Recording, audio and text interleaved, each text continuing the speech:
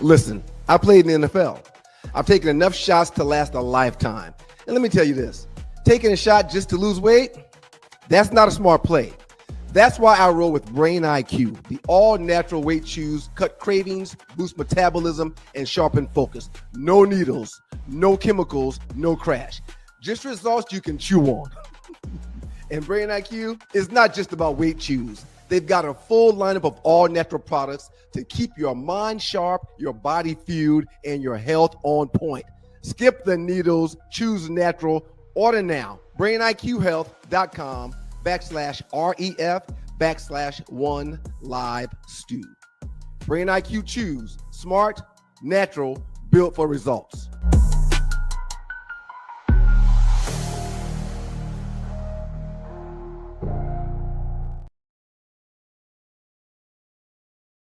Hello there, it's your favorite cruise director, Arlie Michelle, and you want to be on the inaugural Cruise with the Stews, February 6th through 9th. What's up, Stew Nation? We want to see you out on the big water for the big game, and we cannot wait! Have you signed up to go with us on the cruise yet? If you haven't, there is still time. We want to see everybody's face in the place. We're going to be celebrating from Miami to Nassau, Bahamas, and back. You want to be in the place. Can't wait to see ya. Yay!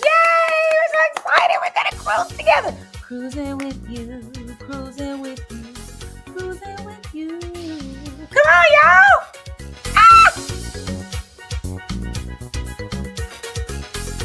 y'all. You're in the dog. Got to thank God every minute of every day. Y'all know what time it is. It's time for your boys, the Two Live Stews. He's Doug Stewart. I'm Ryan Stewart. Together, we're the Two Live Stews, and this is your Two Live Stews experience. Sports Rap Network is in the building with your boys. Good morning to all of them, and good morning to you, Dougie Stew. How you feeling, sir? I'm fantastic, man. How about you, sir? Absolutely Stewtastic, man. The Absolutely NBA is back. The season is back. The NBA is back. See, so, you mentioned the NBA being back. It makes me want to get into some NBA talk, but God forbid I do something like that. I can't imagine the hell I would go through if I did something like that. Hey, man, your cornrow experiment is working, man. Your hair is coming in nicely. No question. Again, if you didn't see the pre-show, go back and watch it when you get a chance. All right. And yeah, Ryan, your cornrows, I mean, I doubted you. Listen, but I was wrong. People wear do-rags like Michael Penix and I for two reasons. One is to get waves in the hair that they have, and two is to grow hair if you don't have any. And it's working for me. Shouts out to my do-rag wearing teammate, Michael Penix Jr. I see what it's done for his hair. Why wouldn't it work for me? Yeah. Why wouldn't it work for me? All right, man. So packed show today. Can I lay out what we're gonna do? But before you do that, if you don't mind, I would like to say something real quick. Go ahead. As a dad, I had a very proud moment yesterday, and I want to share it with the listeners. I want to share it with you too. If I could turn the volume off so Tree couldn't hear, I would do that, but I can't. I don't have that kind of power. It's homecoming week here for my kids in their school. Okay. So they have different themes for every day. Mm-hmm. Monday was a day. Tuesday was tie-dye shirt day or tie-dye pants day. Uh-huh. And this week is special to the kids because our school is a uniform school. The Brookstone School is a uniform school. So they get to wear their gear. They get to wear their own personal gear. They get to express themselves. Ooh, that's you big. Right. That's probably big for them. You get one, maybe 2 weeks out of the entire year where you can rock your own gear. Right. It was Jersey Day yesterday, and the rules to the jerseys was it had to be an animal jersey or a reptile jersey. So any team that's an animal or a reptile. Okay. Throughout the course of last week, prior to this week, my kids kept coming to me asking me if they could borrow a jersey. I want to show you how my kids went to school on yesterday, sir. My kids were Ryan Stewart, Georgia Tech, and Ryan Stewart, Detroit Lions, man. Tito hated the tissue. And I'm kind of slow. I'm dealing with a few things. I didn't put it together until yesterday morning when they were leaving for school. Like, they all got on one of my jerseys, man. That's beautiful, man. That's beautiful. Thank you, man. Oh, that's beautiful. It just, it was a good feeling, man. It's kind of sad that they waited for this special momentous occasion to ask you to wear your jersey, though. Well, they wear them all the time for different reasons, but to have them all wanting to wear it for Jersey Day at school, man, I just, Wait a minute, don't you have your high school jersey? I do. Why do you give one of them the high school jersey so they could have had 3 different ones? Yeah, they don't really know much about Berkeley High. They don't really care about that. Yeah, there was almost a fight for that Lions jersey, But yeah. Wow. Yeah, so I just wanted to share that with everybody. I also want to mention at the top of the 9 o'clock hour, once we leave Detroit, shouts out to the good folks at WGPR. I will be doing a fantasy football report. It's going to be brief. So brief that if you don't pay attention, you might miss it. But I'm still going to be doing a fantasy Two Live Stews report at the top of the 9 o'clock hour. Okay. All right. So this is a Throwback Thursday. We actually coined the phrase. If you didn't know. It was us. Okay. And speaking of that, man, who's this? I'm guessing Barry Bonds. Right? It's got to be Barry Bonds. Who else would have a throwback jersey? Yes.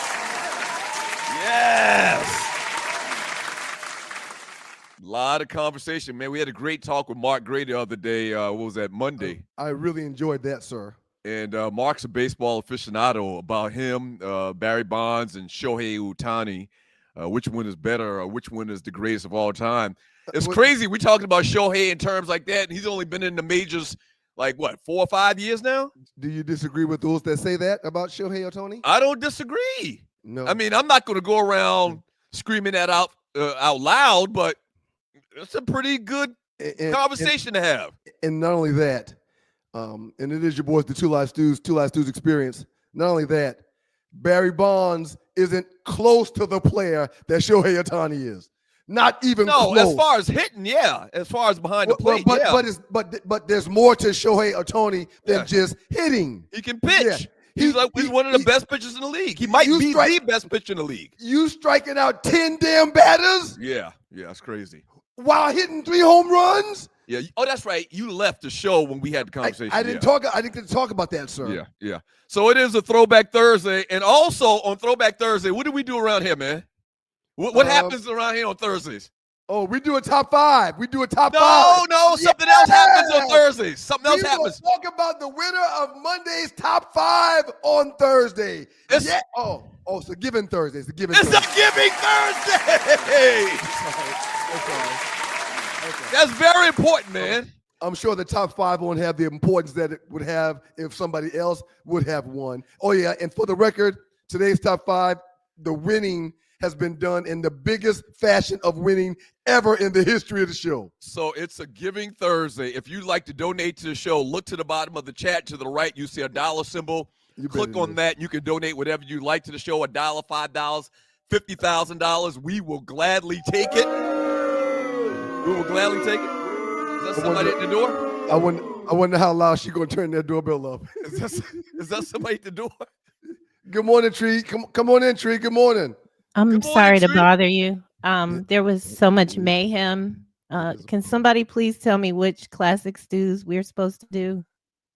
I don't remember. Tree, I don't quite understand why that would be something you would ask during the show when we do a whole show prep meeting. We have a whole meeting where not Jorge, the other one. Thank you. If you were there, then you know why I'm asking. Thank you so much. Thank you, Tree. Tree, come back real quick, Tree. Hey, speaking of Tree, we still got a bunch of other stuff to lay out. But before we even do that, I think you owe Tree an apology, man. I just thought about this. I didn't even have it in the rundown. I think you owe Tree an apology for a ton of things, but in particular, I think you coming back now. You coming back now, Tree? I think you owe an apology because you kind of intimated Thursday or Monday that it was her fault that the show dropped. No, sir, it was just a worldwide outage that happened right in the middle of the show, and that's what happened. Right. Amazon shut down literally half the internet because their systems went down, and you kind of blame Tree, and it had nothing to do with her. Okay. It was Amazon. Shouts out to you, Tree. Before I even come close to fulfilling your request, I'd like to ask a question. Mm-hmm. Are you absolutely certain, without a shadow of a doubt, that we were in the Amazon situation? You don't know that to be 100. You don't know that to be 100. Hold on. It's a 99. And for that reason, I will not be issuing an apology to Hagatha. She's the one that pushes the buttons when something goes wrong around here. It's because it's at her hands. You bigger than that, man. And you're watching the 2 Hour Shoes Experience. I thought you were bigger than that. Are you joking, trying to be funny right now?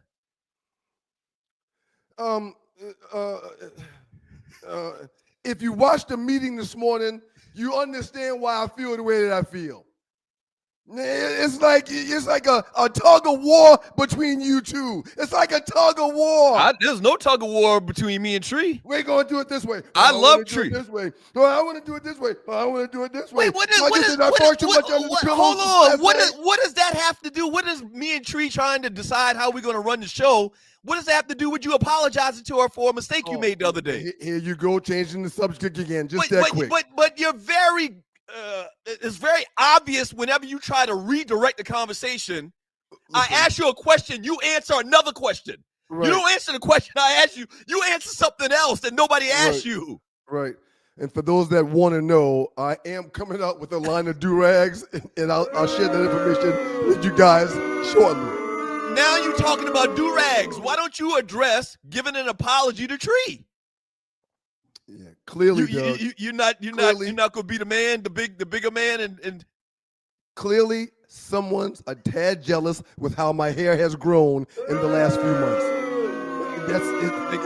It's got to be something like that. I just think you're better than that, man. All right, so if you can donate to the show, we really, really would appreciate it. Thank you so much. We'll read out all of the super chat. That's the chat with the donations later on today's show.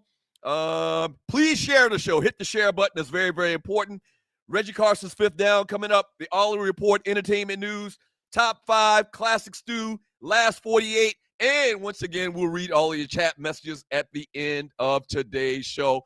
Good morning, WGPR in Detroit. ATL shouting all over the world on the interweb. Thank y'all for joining us.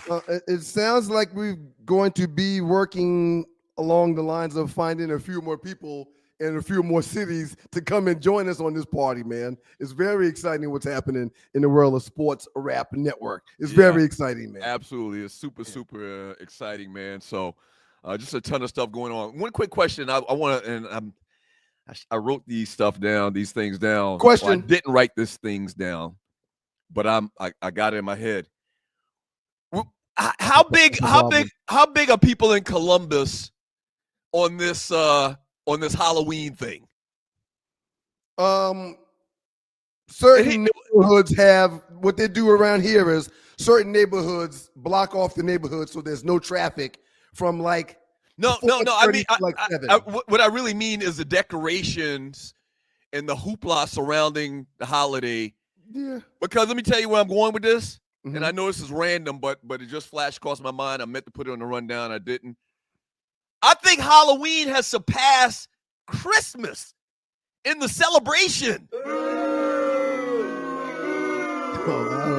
I think that more people decorate their houses with Halloween stuff now. More people are decorating their houses with Halloween stuff now and fanfare than they are with Christmas lights and everything.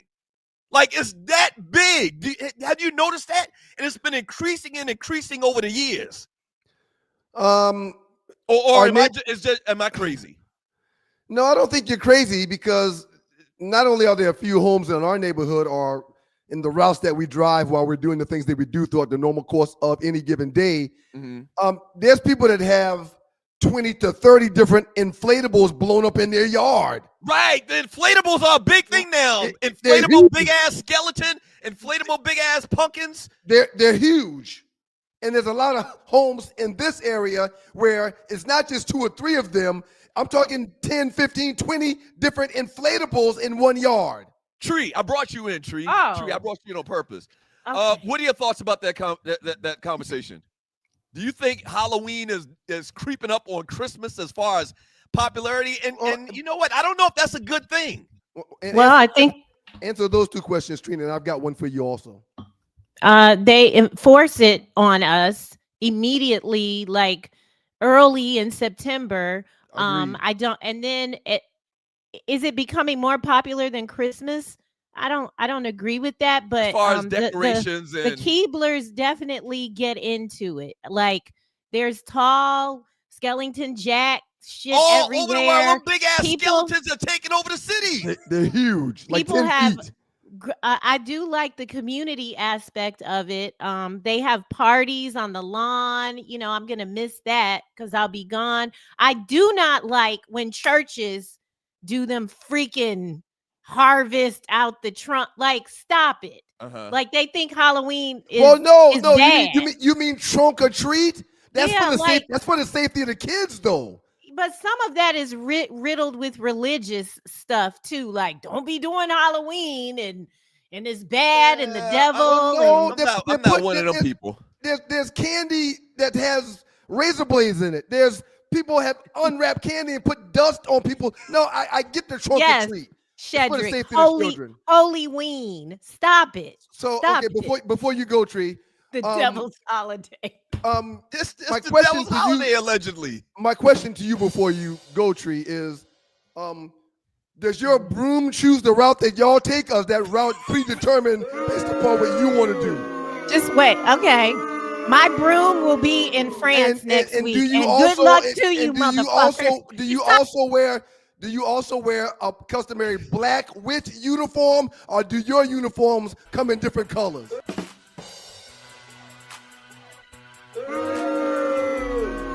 What's wrong with you, man? What? What's wrong with you? What? You took a nice casual. Rude dog. What up, team? Dog. Rico. 92 that year. He's listening to the bros on WGPR Hot 107.5 HD2 FM in Detroit. Pass the word, team. Appreciate you, dog. There's also an app you can listen to. Yeah, we're talking about some NFL news, Russell Wilson and Sean Payton, when we get back on the other side. Hey, man. That was a valid question. Leave Tree alone, man. Just leave her alone. I thought it was a valid question. People want to know which route witches take and how they choose the routes they're going to take. Listen, I played in the NFL. I've taken enough shots to last a lifetime. And let me tell you this, taking a shot just to lose weight, that's not a smart play. That's why I roll with Brain IQ, the all-natural weight chews, cut cravings, boost metabolism, and sharpen focus. No needles, no chemicals, no crash. Just results you can chew on. And Brain IQ is not just about weight chews. They've got a full lineup of all-natural products to keep your mind sharp, your body fueled, and your health on point. Skip the needles, choose natural. Order now. BrainIQHealth.com/REF/1LiveStew. Brain IQ Chews. Smart, natural, built for results.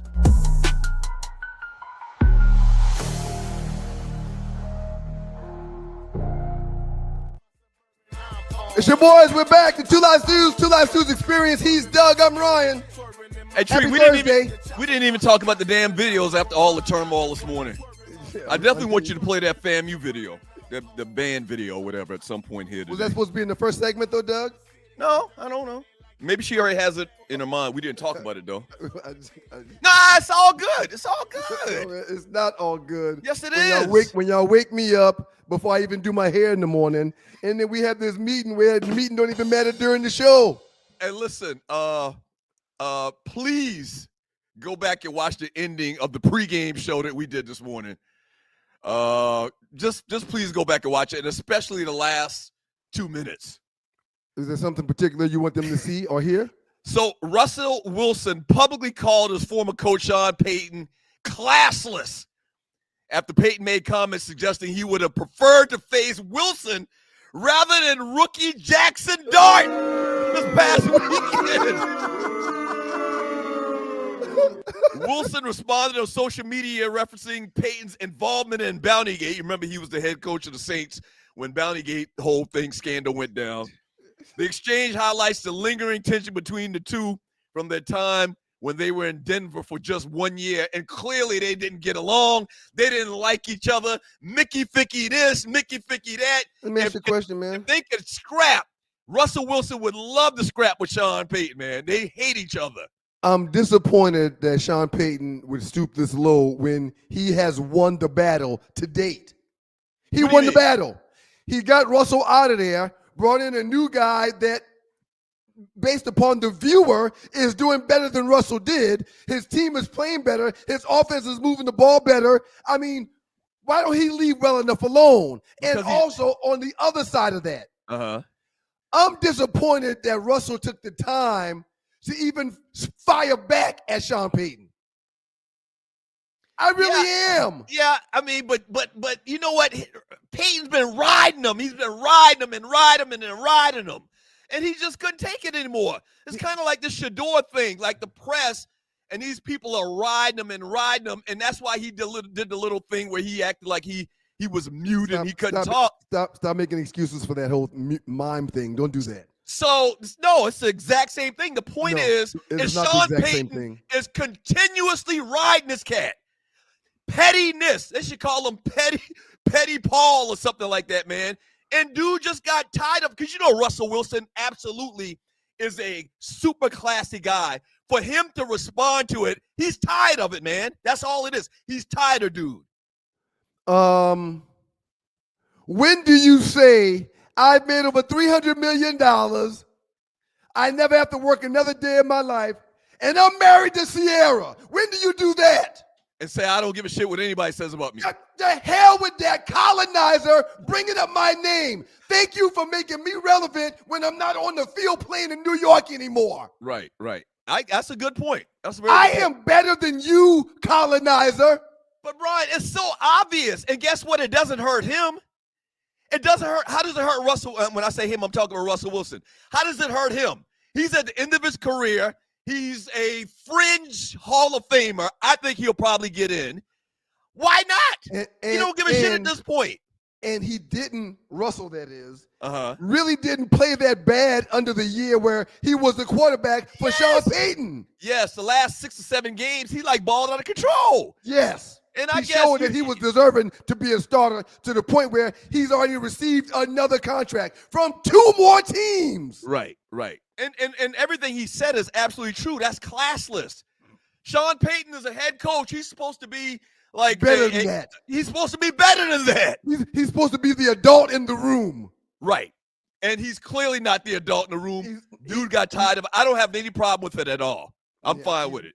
He's not the adult. And after conversing with you on the topic, maybe Russell was justified, but I mean, the naysayers and the haters and the finger pointers, I've really learned to just look over them. All except a Tree, but other than Tree, I look over them.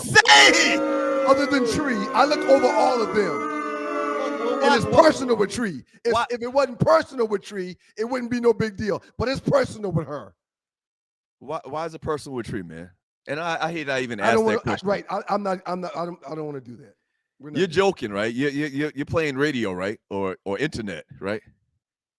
Huh? You're playing internet, right? Sean Payton, grow up. Russell Wilson, count your blessings. Why don't you take your own advice and grow up with this story between you and Tree?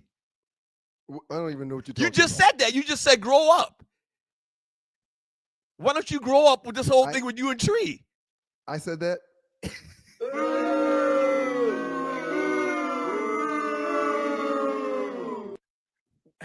How long ago was it when I said that? I'll go back and look at the film. I'll watch the replay and see if I. Them newfound braids you got, man, must be too tight in your damn head. They're kind of tight. It took the wife a while to cornrow them last night, but again, the do-rag has done its job. So I think we did mention the game. You're watching the Two Live Stews experience. If you could donate, if you'd like to donate to the show, look to the bottom of the chat to the right. There's a dollar symbol. Click on that and donate whatever your heart desires. It's really big how much y'all help us keep the lights on. Thank y'all. For We're real. starting to run now. We were crawling about a year ago. No, we were almost snuffed out. Yeah. There was a pillow on top of both our feet. You got something like this. You got something right here. Is that a piece of thread or something coming out your head? Yeah, it's okay, man. There's nothing worth you highlighting and bringing attention to it. No, I just so if you can donate to the show, we'd really, really appreciate it. Big time help with us keeping things copacetic, keeping things going. Quick question or quick comment. Uh-huh. Guess who hit on a 14 parlay this past week? Who hit on a 14 parlay this past week? Your boy, me, One Live Stew. The 14 was a big. Listen, man, Georgia Tech, Notre Dame, Detroit, and the Cleveland Browns to beat Miami. 4-teamer. Hey, congratulations, man. Thank you, man. Congratulations. Get back 10 times your money. I still haven't talked to you about that little gambling thing that I wanted to get in a conversation with you about. Remind me later on in the day. Let's have that conversation. Yeah, I got a pretty good idea, I think, about that. We're close to putting something together for y'all to give everybody opportunities, or to make you end up homeless and on the street. Tree, roll with me, Tree. I'm pivoting right here a little bit. All right, ready? Meme number two, and you're watching Two Live Stews experience. Have you heard this story about Tom Izzo of Michigan State? I have. Izzo rips NCAA after G League player commits to Louisville. I wanted to get into this real quick. What are your thoughts? You have heard about this story. In effect, long story short, for people watching the show and hadn't heard about this story, there's a G League player that's coming back to play college basketball after being paid a couple of years for being a professional. Izzo's super mad about it because they've never done this before. Whenever you became a pro, that basically eliminated you from ever playing college sports ever again. But times have changed with all the NIL and the portal. Everything has changed, and Izzo absolutely hates it. What's your thoughts? Former G Leaguer London Johnson is the guy with the Izzo situation. And there's been another ruling in favor of another G Leaguer. And that young man's name is Theory Darling. He's also won his case. Right. And it's simple. The coaches are not going to like this. And the reason for this change is because the reason why they couldn't do this before was because of amateurism. Right. And these players not being able to make money. Right. Well, now, if we can actually physically pay the player that's in college, how come someone that's in the G League that's making money can't come back if they're still eligible to go to college? So you like the fact that somebody that played in the G League can come back and play college? You okay with that? I'm pro player. Yes, I'm pro player. Let me make 2 quick points, and you said it perfectly just now. Let me make 2 quick points. Number one, if the dude has eligibility, if he has 4 years to play, and he has 3 left, or 2 or 1, if he has eligibility left, he can come back and play college sports. I don't give a shit if he's 50 years old. I don't care how old he is.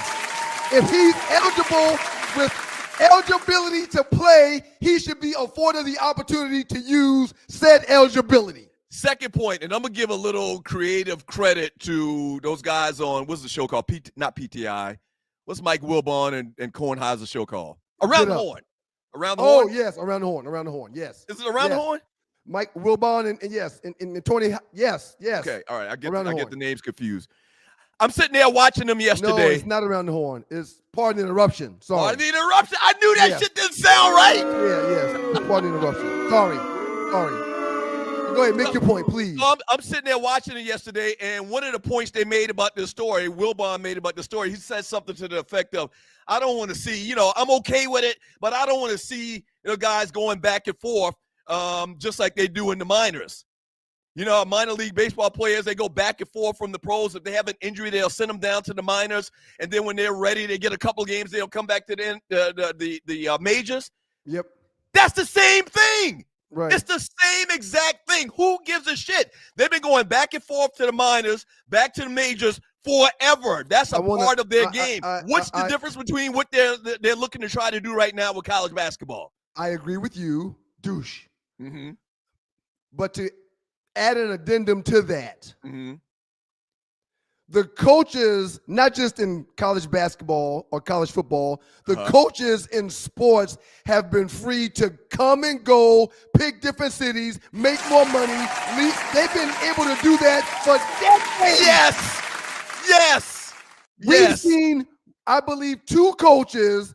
One of them was the coach that was the former, what's the Pig Suey coach, Arkansas coach that was in Atlanta? I can't call his name right now. Bobby Petrino. Bobby Petrino. Okay. Bobby Petrino actually left an NFL job during the season. Right. And took a head coaching job in Arkansas during the season. The man coached on Sunday, and Monday afternoon he was in Arkansas. Screaming Pig Suey. Howie! Right. So, yeah, I don't want to hear any of them having a problem with these kids or these young men being able to come and go or get paid or negotiate more money or holding out. The things that they have been doing for decades, these kids can do it now, rightfully so. It's all about control. And this is the reason why Saban stepped down.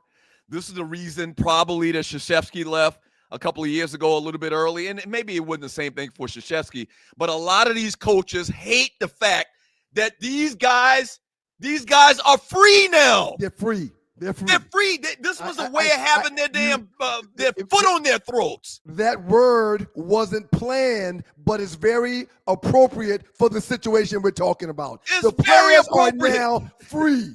And something they don't like about that, like, why would Tom Izzo care about that? Right. Yep. Seriously, think about it from his perspective. Yeah. Why would he care if a grown ass man, I don't care if he's 30, 40 years old, if he's got college eligibility, he hadn't played 4 years of college yet, and he wants to play college, he enrolls in school, or you give him a scholarship because he can play. Why would you be upset about that? It doesn't affect you at all. Matter of fact, you need to be trying to recruit some of them ninjas. Why would you be mad? Why would he be mad to the point where he's, made these comments and all upset in the news? It doesn't make any sense. The only sense it makes is they don't like that they don't have the control over these guys they used to. And Tom Izzo makes roughly $6 to $7 million a year. He's got a problem with these kids making money like him. Right. He doesn't like the fact that this 18, 19, or 20-year-old can command a 7-digit salary for doing what he is wanting to do. Not only that, I mean, it could be a 30-year-old dude at this point. It could be a 30-year-old dude at this point. If he's got eligibility, good for him. If he's got eligibility, good for him. Yeah, I just thought that was crazy, man. And we've kind of seen something like this in other sports, in particular baseball. Guys go up and down from the minors all the time. Guys play college baseball, and vice versa. So say a major league baseball player, probably wouldn't happen, but a major league baseball player, if he has eligibility, maybe he can go back and play some college baseball if he wants. Yeah, this AA, AAA thing isn't what I thought it was going to be. I got 1 or 2 more years. I'm going to go back and work on my game. Matter of fact, I'm sure that's probably happened already. I'm pretty sure that's happened already. Yeah. Or that situation has come up. I'm not sure if that's allowed, or maybe that's commonplace in baseball. Right. I'm not sure. Listen, man, it's a different day and time, okay? Mm-hmm. And I'm fine with the players getting access to the bread. Yeah. There's enough of it going around. Yes. There's Ticket enough of it going around. Parking, concessions, paraphernalia, jerseys, flags, cups. Right. There's enough of chairs. There's enough of it going around. Man, listen. Everybody can get a little taste of the action. If them sons of bitches at our former radio station, if they didn't delete, if they didn't allegedly delete all of our shows from 25 years ago, I promise you can pull some sound of us in 2002, 2003, and I said, when they change these rules about paying players, when they change these rules about paying players, we're going to look back and say, for over 100 years, the NCAA had free labor. They made not millions, but billions and billions of dollars and hid it under the guise of amateurism. And we're going to look back and be like, how the fuck did they do that? And they actually sold to the people on the fields and the diamonds and the gridirons and the courts playing for them. They sold them on, you're getting an education. For 100 years. They said, you can't play college, you can't get paid. Why can't that's amateurism. Hey, you can't have a job to make money while you're receiving this free scholarship we're blessing you with. If a business owner wants to give you $1 million, you can't take it. How insane does that sound? But a coach can get 3 different jobs in 3 different years with 3 pay raises to be where he want to be. His kids can follow him and get free college scholarships to go to the school that he's attending, whether they got good grades or not. No matter what. No, it's okay for us to benefit, but not you. Up next in the Doghouse with your boys with 2 Live Stews. The 5th Down with Reggie Carson. Yeah, our boy Reggie Carson. The bros talked about the 5 biggest things he's looking forward to this weekend in the NFL. You don't want to miss that. A little bit later, once again, we got the Arlewood Report, entertainment news, top 5, classic stew. Just fun. Shouts out to WGPR Hot 107.5 FM HD2 in Detroit. Yeah. Sports Rap Network is in the building, and we're honored to be with them. We appreciate you, Rashad. One time to the Sports Rap Network, folks. Yeah. All right. So a lot to get into, a lot more to get into. Thank you for joining your boys. Pass the word. Hit the share button. Share the show. We would definitely appreciate that. Eventually, I'm going to blow it out and come on with it just blown out. I'm excited about it. I can't say it enough. If you didn't see the pregame show this morning, you need to go back and watch it, especially the last 2 minutes. The 5th Down with Reggie Carson up next. Shouts out to the Dover Dog. We'll wrap with him next. Don't go away. 2 Live Stews. Hello there, it's your favorite cruise director, Arlie Michelle, and you want to be on the inaugural Cruise with the Stews, February 6th through 9th. What's up, Stew Nation? We want to see you out on the big water for the big game, and we cannot wait! Have you signed up to go with us on the cruise yet? If you haven't, there is still time. We want to see everybody's face in the place. We're going to be celebrating from Miami to Nassau, Bahamas, and back. You want to be in the place. Can't wait to see ya. Yay! We're so excited. We're going to cruise together. Cruising with you, cruising with you, cruising with you. Come on, y'all. Ah!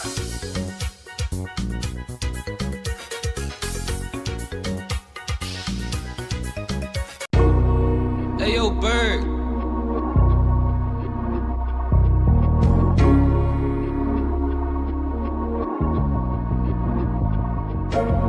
Just make your paper. Any way you choose.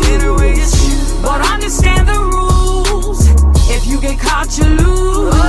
You can move a stone. You can move a key. You can move a pound or 2. You can move some speed. You can move some X. You can move some shroom tea. You can move anything you get your hands on. G. You can move some Hario. Uh-oh, here we go. Uh-oh, there they go. Uh-oh, here we go. It's your boys, the 2 Live Stews. Let's go run to make up of those stews. We're happy to be joined on the 2 Live Stews experience by our dog, Reggie Carson. The Dover Dog is in the building. What up, you? What up, Stews? Hey, we just came back from the break. You heard our homeboy Pee Wee Shine, a.k.a. BMX. Check him out on Apple Music and Spotify. Real dope sounds. And let me tell you, this guy's been putting in the work. This man, Pee Wee Sean, been doing this since the mid-'80s. I love that cut. I Real love deal. that. But Carson, before we jump into the fifth down with you and get your topics, Brother Valentine from Delta Mu Mu made a very good post that got a lot of traction, and I want your thoughts on it. A lot of people are referring to Shohei Ohtani as the best baseball player ever. Give me your thoughts, bro, before we get into the fifth down. The best ever? No. I mean, what he's doing, we haven't seen.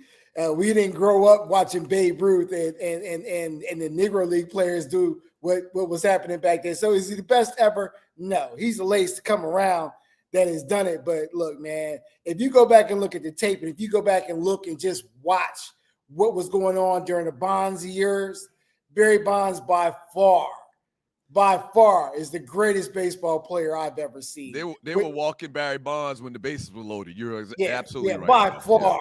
Yeah. By far, he was the best I've ever seen. I'm not arguing with you, brother, but I don't think I've ever seen Barry hit 3 home runs in a game.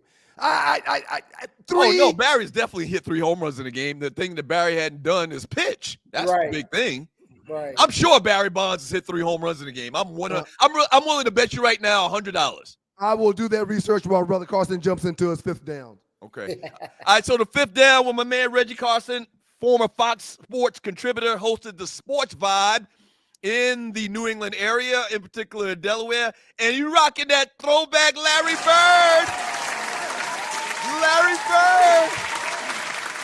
I always wondered, why did this shit get that custom made? They always had that block. Their warm-ups had the block like yours is on the back with their name. That was always kind of unique to me, different. Yeah, it's just different, you know. Yeah. I like to do different throwbacks. So if you say, I actually went on an event and I had this on, and somebody was like, "You're black and you like Larry Bird?" You know what it is, bro? And I've told the story before. I got a Bird jersey too. It's really just respect. I hated that Mickey Ficky when he played, but Larry Bird is the coldest white boy I ever seen on the court in my life. Barry Bonds has had 4 games where he's hit 3 home runs. I knew it. You kidding me? But he didn't strike somebody. He didn't strike out 10 batters on the other side of that. That's the thing. He doesn't pitch, and not just pitch. Ain't like he going out there and is an average pitcher. This dude is probably one of the top 2 or 3 pitchers in baseball. I respect your thoughts and opinions, Bud Dover. Go ahead and get into them 5 downs, Q. Hey, man, look, we got a lot of stuff happening in football going on right now. There are some things I got my eyes on, some things I want to bring to the fans' perspectives, have some conversations. I want to challenge you guys on a few things. Ryan, I'm going to start off with this one. Veteran leadership. I don't know if everybody's been paying attention. Philadelphia, with my fifth down, brought in Brandon Graham back into play, his 16th season in the National Football, all with Philly in the National Football League. Personally, I don't know what he's going to be able to bring back to that defensive line. I know we need somebody with Smith leaving. However, that veteran leadership, Ryan, speak upon what it means to bring a defensive player like that back into the locker room. In Detroit, they brought Pepper Johnson back in to play for Detroit his last 3 years. He may have had 5 snaps during the games for those 3 years, but he spoke in the defensive meeting room and the linebacker room and even the DB room weekly. The knowledge that he possessed was outstanding and helped us tremendously when it came to breaking down film and strategizing how to stop and put things in place to help us be a better team on the field. So yes, those old vets, some of them just know the game. Right. For him to come back, you know, they did the whole swan song. He went out with a ring. I'm sure he knows what's going on with the whole AJ Brown situation. I'm sure that those conversations happen. Sometimes you need an adult in the room, and maybe Brandon Graham is going to be that adult for Philly. Yeah, absolutely. And you know what? He definitely knows the situation because he's actually done some media. In his retirement, he definitely knows the situation. He might be the guy that could get to A.J. Brown. Him and A.J. Brown may have a great relationship or whatever, and solely just to bring that piece to the locker room, like y'all said, is worth it, I think. I love the move. There you go. So that's 5. Let's go to 4. Man, let's put the glasses on. I want everybody to pay attention to this. The Indianapolis Colts are 6-1. That's all fine and dandy. Let's dig down and see what's going on. Their left side offensive line is dominating the National Football League. Ryman and Nelson, they're guarding their tackle, man, what they're doing right now. Let's look. I pulled up some numbers. 31.1 points per game, 631 rushing yards, 10 rushing touchdowns with Jonathan Taylor. Then you look on the quarterback side, Daniel Jones, 71.7 percentage rate, 1,790 yards, and 10 touchdowns. All because he's getting protection from that offensive line. We don't talk about the big uglies that much, but what the big uglies are doing in Indianapolis is world class. You know what? By the numbers you just gave, bro, and I've been thinking about this, the Colts probably are the best team in the league at this point in the season right now. But because of marketing, because of their brand, I guess, nobody's talking about the Colts. Nobody. Absolutely nobody. Like, they don't get the fanfare, an ounce of the fanfare they should be getting right now, because they literally have been dominating this year, like you just talked about. And not only that, when you've got a dominant running game, which is what Jonathan Taylor brings to the floor every single week, that travels. He's over 90 yards every single game, not just this season, but like his entire freaking career. One of only 4 backs to be averaging more than 90 yards per game. That changes every dynamic for your football team. That gives you time of possession. That allows your quarterback not to have 7 guys in the box. Or it's phenomenal what that does, having that ground game. Yeah, they're balling out of control. I definitely want folks to pay attention. I know it's hard. We're used to seeing what the quarterback's doing. Watch that offensive line, pull the tape. Those guys are maulers. What you got number 3 on your list, bro? Hey, man, number 3. I'm actually, I hate to do it, but I got to give credit where credit is due. Dakota Prescott. Dakota Prescott. Dakota Prescott and what he's doing in Dallas. Now, I don't know if it's sustainable just to have an offense that just scores a bazillion points and just try and run up the score. I mean, this isn't the greatest show on turf, but they're not far from it. Now they got Pickens and CeeDee Lamb. They've got Ferguson. They've got a running game, and they got Dak that goes out there. Here we go. There's nothing you are going to throw out there that I haven't seen. Dakota is playing phenomenal football. Phenomenal. Yeah. Hey, Pickens, 2 quick points. Pickens might be the best receiver in football. I don't know. I think there's a conversation to be had about him, Jamar Chase, guys like that, man. But Pickens is making some catches that are Lynn Swan-like. Last week, he made a couple of catches, man, that were unbelievable. And this also makes you think about Dak and the flack that he's been taking over the last couple of years. He's kind of been injury-prone over the last couple of years. But Dak is one of the best quarterbacks in the league. He is. Yeah. By far. You removed Dakota from that team, and they're just an average team. I mean, you got all these weapons out there. He's the gas in the car. You got to get the gas going. Yep. Yeah. Shouts out to Jerry Jones for making him the highest paid player in the league. Maybe he was right in doing so. Yeah. Absolutely. And Jerry even said it himself. He said, "Look here, guys, we're winning with Dakota. We got Dak out there." Yeah, absolutely. All right, number 4 on your list, bro. Hey, man, the fourth down. Look, let's go out west to Matthew Stafford and what he's doing. I know I mentioned him before. He's 37 years old. He just threw for 5 touchdowns. Yeah. Again, and he didn't have Puka out there. So he did that without Puka. Yeah. Man, look, the Rams, silently speaking, their defense is reversing them. I've stepped up to another level. They got a 37-year-old again who you're not able to throw anything out there that he hasn't really seen. And Matthew Stafford quietly is putting together a Hall of Fame resume. That's the question I was going to throw out to y'all, man. Do y'all think Matthew Stafford's a Hall of Famer? Simple as that. He's won a Super Bowl in his, what year is this? 16, 17, whatever year this is. He's thrown for more yards to date than he has in his career. He's playing phenomenal football right now, and I would say he's a Hall of Famer. He did everything in Detroit except for win. Right. And that wasn't all because of his doing. It was because of the players around him. He's been a phenomenal player from day one. This is a great example. You know, it kind of reminds me of a little bit Steve Young when he came from Tampa to San Francisco. Everybody thought they didn't think that he was that great, or some people didn't think he was that great. Got to San Francisco, balled out of control. I just talked about it with the Colts, man. Your brand, the brand of Matthew Stafford was, kind of mid. Because he played so many years for the Lions, historically bad organization, didn't win a lot of games there. But now y'all talking about him and we talking about him as a Hall of Famer. I mean, your scenery matters. Hey, Doug, at some point in time, I would love to have the conversation with you guys on Steve Young in the Hall of Fame. I ask, and I tell people all the time, please go pick and pull up Steve Young's numbers. And when you see his numbers, you'll be like, he's in the Hall of Fame. That's the litmus test for me for every quarterback that gets into the Hall. Wow. And Steve Young had pieces that other quarterbacks could only dream of. Right, He's had 3 or 4 incredible receivers. He's had tight ends. He's had great O-lines. He's had great defenses. He's had great running backs. It's absolutely phenomenal. Bro, give us number 1, bro. Randy Moss, T.O., and J.J. Stokes. J.J. Stokes wasn't that bad. Yeah. Yeah. So, look, the number 1 thing, it's a little bit early. I know November's not here. The 4th isn't here. But I'm looking at the trade deadline. Now when you see teams starting to slide, teams starting to say, you know what, we don't really have an opportunity.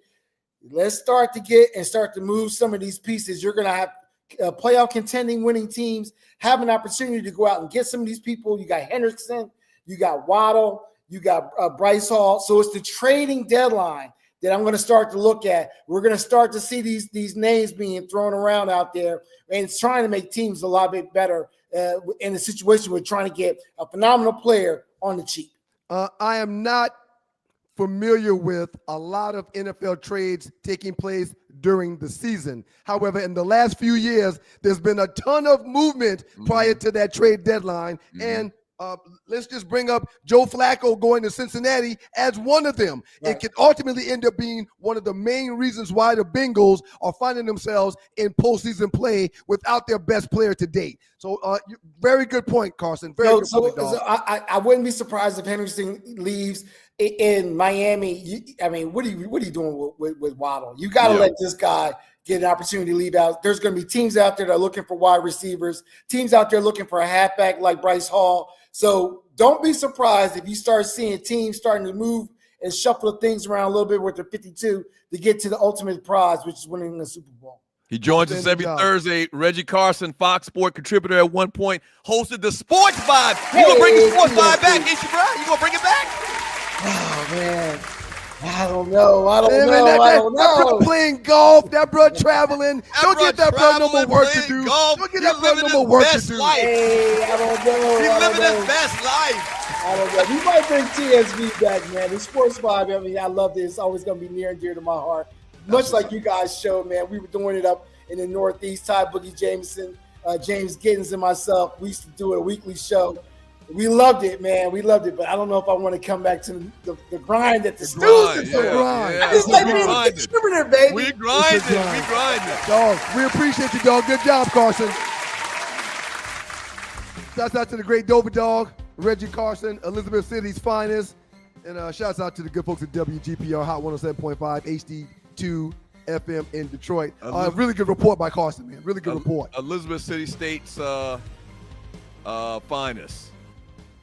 Speaking of HBCUs, there's a clip of FAMU's band when we come back. The next segment, I want Tree to play that. We didn't get a chance to talk about it in the meeting this morning, but let's make sure. I think she's cursing you out or fussing about something. Why? That's just a reminder. We didn't talk about it before. However, she did throw up that number 3 so you would see it, so you would go to that, which was the original plan when we had the meeting this morning. That's the reason why we tend to try to get on the same page to do those types of things, and you just ignored her. Well, we had to pivot a little bit. I included Izzo. We were supposed to talk about Izzo, not the NBA thing. I understand. Again, but she was just doing what was requested. That's all. But I understand. She's wrong, and you're right. Well, she's always wrong. My question for you is, will you be watching this whole in-season tournament thing? I think this is the 3rd year they're going to have it. Are you interested in the in-season tournament, Okay. or are you anti-in-season tournament? And I have please show thank you. I have long days and long evenings because I've got 3 kids that all have activities, and I'm the driver. Mm-hmm. When I get home and my day and evening is done, I am known to have a little nip or have a beer, and I sit down and I will watch whatever sport is on TV after I watch Young and the Restless. So this is a great time of year for me because I got football on Saturday, Sunday, Monday, and Thursday. I got playoff baseball that matters. Great game last night with the Blue Jays. And I also now have NBA live regular season games. So to answer your question, yes, I will watch the in-season tournament if it's on and there is not an NFL game on the TV. Now, they haven't started that up yet, but they've changed the name to the NBA Cup. Have you heard about this? I have heard So an annual tournament held during the regular season inspired by European soccer cups. To add excitement to the early part of the NBA season, the competition consists of group stage in November, followed by single elimination knockout round in December, with the final 4 rounds playing in Vegas. I hate that NBA in-season bullshit. I hate that so much. You know, the Lakers. And for the record, it is a European soccer tournament style. Right. They get it from them folk across the pond. I'm a Laker fan. If you're new to the show, and we got a lot of new listeners, especially in the D, I've been a Laker fan since like 82.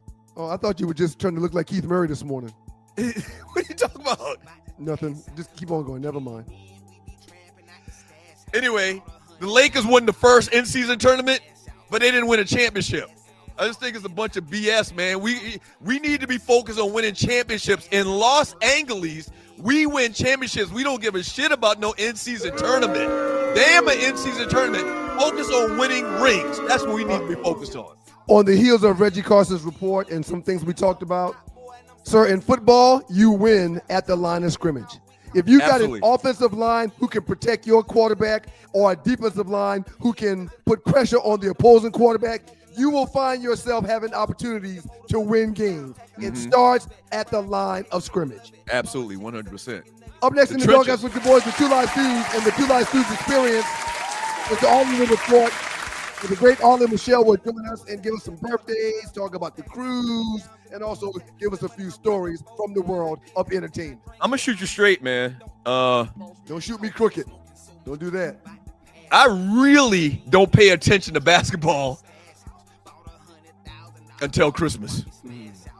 Thanksgiving, they got the NFL games. Really, Christmas, the Christmas holiday, that Christmas day where they have NBA games starting at noon is really when I say I hit a switch and I turn to NBA and pay attention more to the NBA and what they're doing over there.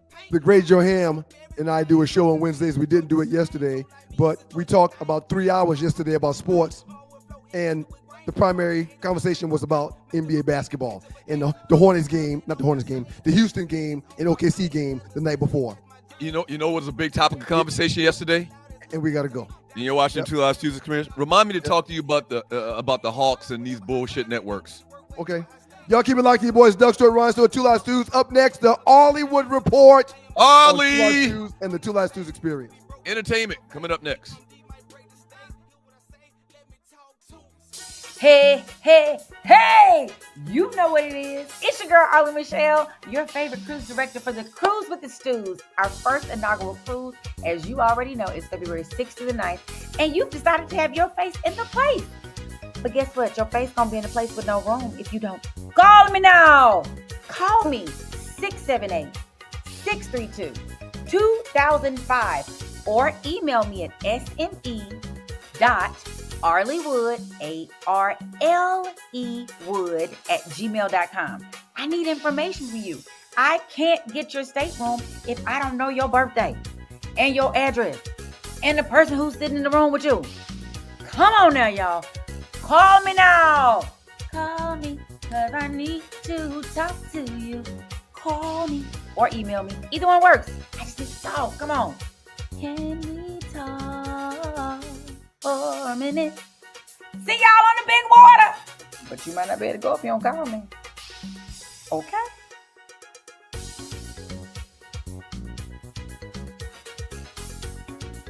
Number 3 still got it.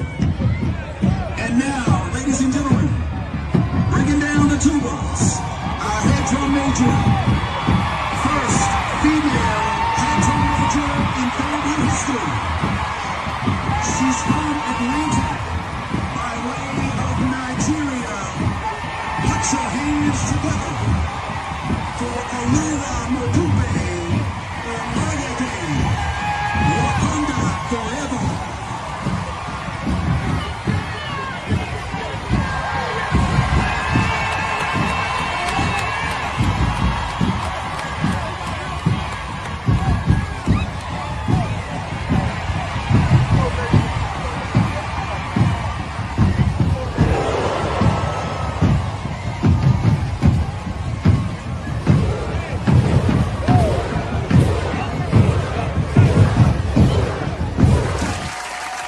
Wow. Wow. I love HBCU bands. It makes me so happy. What's up? Good morning to the two live stews. Right about Arlie and Michelle. So, Damn, that was hype. That was hype just now. I need to It had me ready to go march. I need to take 1 minute of your time, okay? You're going to take more than one. It's okay. It's gonna be more than 1 minute. It's okay. Go ahead. So that was at FAMU this past weekend. FAMU Yeah, had that their was hype. homecoming last weekend. It was so hype. That's the drum majors called bringing in the tubas. It's like a tradition that they do every single year. First female Drum major. Drum major. Mhm. Here's an interesting fact about FAMU's band and South Carolina State band. Quick question. Go ahead. Did I hear them say she's the first female drum major in FAMU history or FAMU. the first female drum major in HBCU No, history? no. No, FAMU. FAMU. We had a girl at Alcorn a couple of years back. So yeah. Okay. It's So- hard for girls to become drum majors though. It is a big deal. Interesting fact. The names of FAMU's Marching 100 and South Carolina State's Marching 101 are tied together. Guess how? The Strikers. No, forever and ever, our band majors or our Drum majors. band directors Oh. are brothers. What? That's right. That's so cool. So Is it FAMU Lindsay Sargent? Is that Right. FAMU's Marching 100. Lindsay Sargent served as longtime arranger for the Florida A&M University Band. South Carolina State's Marching 101. His brother, Ronald Sargent, was the band director from 1976 to 2004. So, That's dope. so Sarge, our Sarge of South Carolina State, when he came on, he said, "We're better than FAMU. They're Marching 100. We're the Marching 101." a little HBCU band history? Y'all don't understand how much my mom, and shout out to Dr. Margaret Backus Wilson. My mom is in the history books. She and 7 other women as the first female, like they were the first dancers that a band ever had. So if you go look up history, they call them the Great 8. My mother's name is in it. They've done documentaries on them. When they hit the 50-year mark, they did all this big fanfare. It was a huge deal. So Alcorn State University for band history had the first female dancers. Then the J6 What were they called? came. What were they called? They're the Golden Girls. Now they call them the GGs, but they're the Golden Girls. Look our up the girl- Golden Girls. My mom was in a little bitty outfit, and they twirl batons back then. They did a little humping, Right. but they twirl more batons. Now they getting low. They hump for 8, just 12 counts. They be down and just going. Our Woo, girls, Lord, our, it's bad. our girls at South Carolina State are known as the champagne dancers. Champagne Absolutely. dances. Yes. That's interesting when A you're not supposed taste to of drink champagne. It's funny. I love y'all don't understand how much I love HBCUs. I Yeah. tried to go to the same school my mama went, but that didn't work. Anyway, times. shout out to South Carolina, to the 2 Sarges. They have some amazing, y'all just don't know. Have y'all seen? Well, that's another story. But anyway, shout out to them. Yay for 101 and 100. And For the record, I'm sorry, you guys. I hope you guys have a problem with this, but we will. shouting out these amazing HBCU bands. One time to the Gold Rush dance team for the Georgia Tech Yellow Jackets. Yeah, okay. Hey, Arla, let's get your entertainment report. So, what's up, you guys? Tree, make Guys. a note. We need them crickets. We needed the crickets just now. Crickets. Crickets. Yes, cricket sounds will be good. Or like a thought bubble. Right. It's your girl Arlie Michelle in the land of Arlewood. I don't know why Doug don't want to say wood no more. I think Tree has made him nervous with the word wood. Because he didn't call me, he used to be Arlie World. Then it was the Arl Report. I don't know. Y'all got on me for months. Ollie, if you paid attention to the morning meeting, Ollie, never mind. Let's just move on. There's a whole segment that he just don't even want me here. It's okay. I don't care. Doug don't have to want me. The people want me, and this is the people station. Absolutely. That's right. People show. It's the people show. Did he call me Tree? It's actually Arlie. Her name is Arlie. Tree is one starts with an A, one starts with a T. Hers doesn't even have an A in. Well, her real name does. But anyway. Shout out to you at Hot 107.5. Don't let Ryan trip you up. Go ahead. Right. No. I get tripped up by myself. Don't let me trip you up. Right. But don't let me hear his name. All right. Go ahead. I'll go ahead, Ollie. I'm sorry. Don't let me hear for my own self. Anyway, y'all, for those of you who are out there just tuning in for the first time, or those of you who've heard it every Monday and Thursday since we started, the Two Live Stews are going on a cruise. And we will be sailing the beautiful, majestic waters from Miami, Florida to the Bahamas. And we will be there on a Friday, Saturday, Sunday. Come back on Monday. That's February 6th through the 9th. We have rooms for you if you want to come. Now, the caveat is you need to have all your monies together because our deadline to pay this, them people want their money by November 22nd. So you need to have your money ready to go. But I know you got it because y'all got money out there in the stew land. I know you do. Yeah. So come join us. Reach out to me at sme.arleywood. The thing you get in the morning, gentlemen, at gmail.com. Wood. I don't know what Doug calls it, but it's Arleywood. ARLE wood.com at gmail.com. So I'll see y'all in the emails. People are still emailing me, checking on pricing and looking to see if they can go. And we love it. We're going to have so much fun on the big boat for the Super Bowl. Yes. Hold on a second. Where's the studio audience? Where y'all at? They didn't want to, they scared, didn't want to stay. So first up, we have birthdays. We got birthdays. Happy birthday to you. Happy birthday to you. Happy birthday. See, the audience start clapping before you, right at your start singing. They know what's up. What's up. Exactly. We want to sing a happy birthday to jazz vocalist Diana Reeves, who is 69. Actress Amanda Steinberg, she's a young she played Rue in The Hunger Games. She is 27. Miguel Jantel Pimentel, or known as the one word Miguel, vocalist and songwriter, is 40 today. The daddy of the Ball brothers, LeVar Ball, is 58. And Martin Luther King III, 68 years old today. Shout out to them. We also want to sing. Wait a minute, LeVar Ball is only 58? That's what it said. Yeah, old 58 to me. What do you think? Well, he's had some medical issues, so that could be very. I think he's had a part of his limb amputated. He had a leg. Leg, He's yeah. struggling. Leg, yeah. He's struggling. He does look a little older than his age. Yes, he does. And I want to say tomorrow, another couple of one-letter people. Drake will turn 39. Monica, who is on tour, will turn 44. Jaylen Brown will turn 29. Jalen Ramsey of the Pittsburgh Steelers will turn 30. And Sierra on Saturday will turn 40. So y'all talking about Russell Wilson having a comeback. Baby, your comeback is a fine 40-year-old wife. That was my point. Yeah, he shouldn't be arguing with that dude. He winning. And you were looking, let's call him Petty Paul. Now you can call him Petty Payton. That's what you can call him, Petty Payton. There you go. And we want to sing a happy birthday to our very own Microwave. Happy birthday, Microwave. Happy birthday, Microwave. That's my birthday dance. Get it. Happy birthday to you. I saw your pictures you posted when you were a kid. Yes. And great pictures, Arlie. Great pictures. Thank you. Yeah. I was a little baby. So, and I want to go back there because remember we had no worries. No worries. God. Absolutely no worries. No worries. All this grown-up stuff. A better time. And it was fun. We wasn't having sex or smoking weed either. I'm cool. Leave me where I am. You can stay grown and running around like a crazy. I want to be run around. I want to be your kids right now. They are having the time of their life, child. So first up, we have a story. I'm gonna play that Tree is going. Thank you, Tree. Just want to say that Tree sent this story to me a few days ago, and we were talking about it.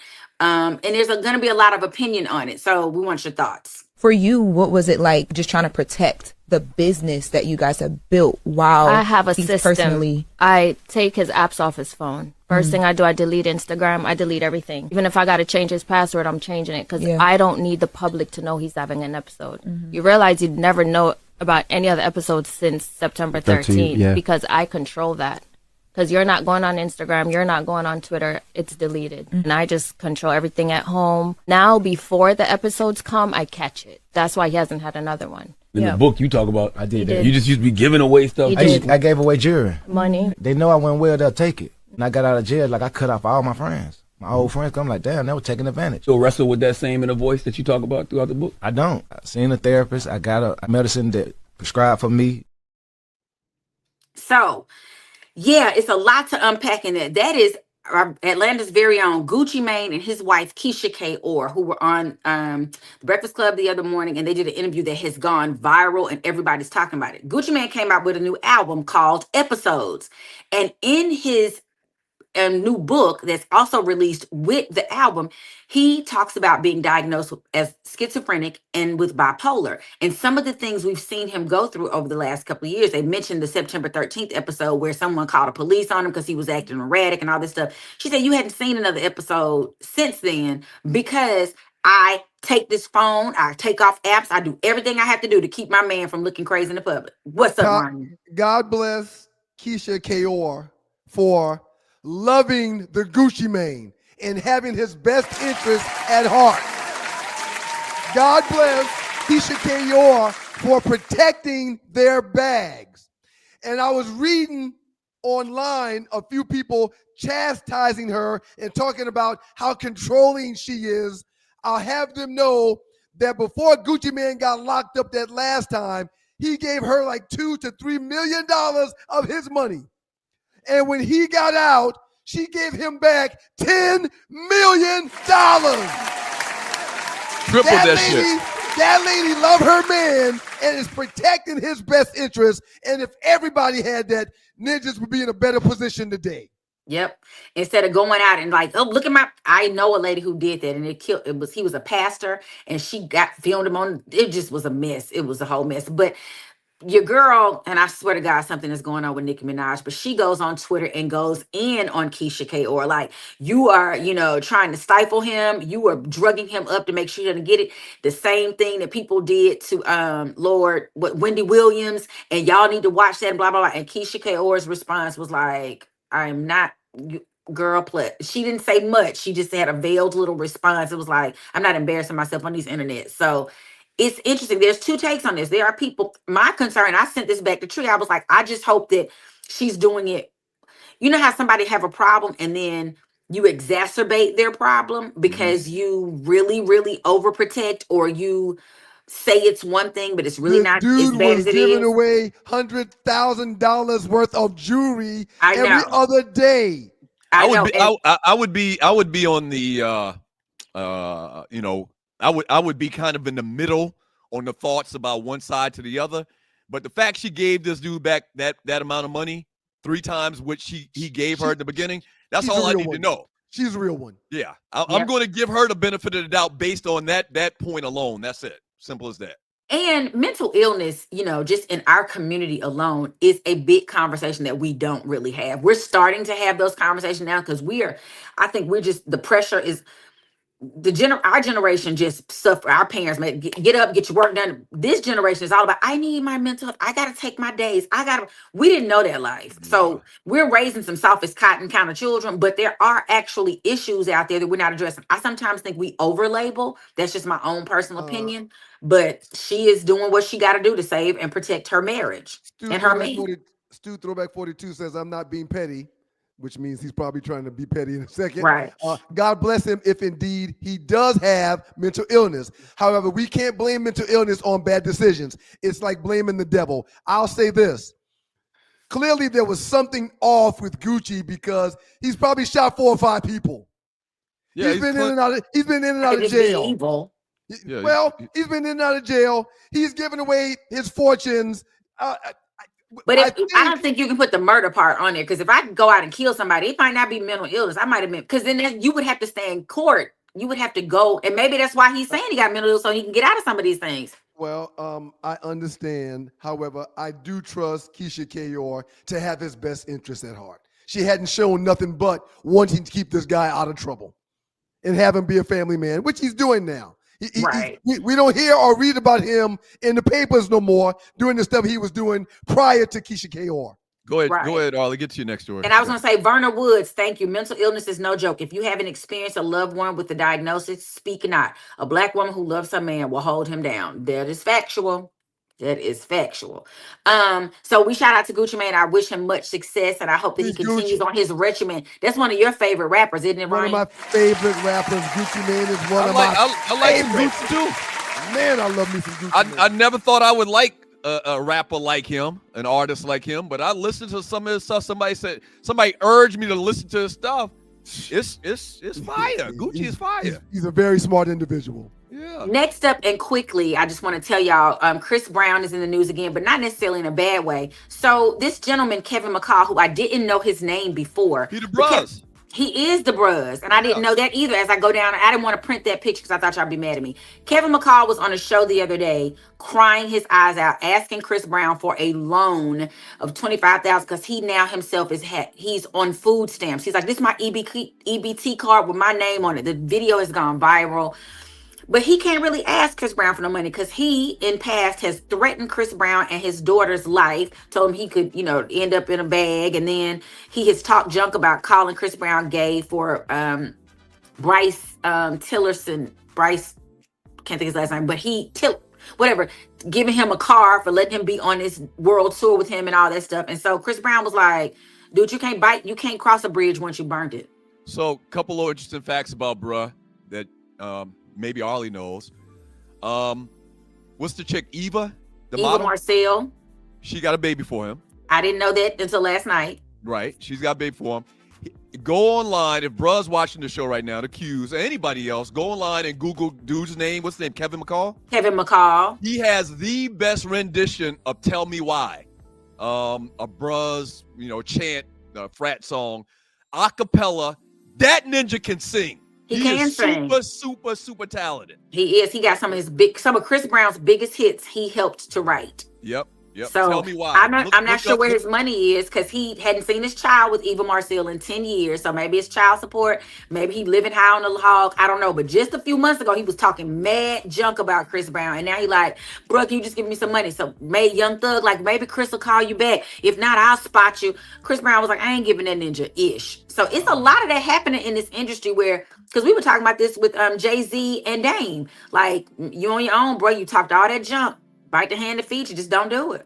Outstanding job, Arlie. We appreciate you. See y'all later. Everybody have a great, safe weekend. Happy homecoming to Georgia Tech. You hanging around, Arlie? You hanging around? You hanging around? No, I gotta go to a meeting at Trilla Studios. Okay. So I'll see y'all later. Handle your business, Arlie. Handle your business, Arlie. Up next in the Doghouse with your boys, the Two Live Stews on the Two Live Stews Experience. It's time to talk about the top 5, baby. It's not only y'all's homecoming this weekend, it's Clark's homecoming too, man. It's time to talk about the top 5 in the next segment, y'all. You didn't hear what I just said? It's Clark's homecoming too. There's a big slaying in the top 5. Am I on mute or something? Y'all. Can you hear me?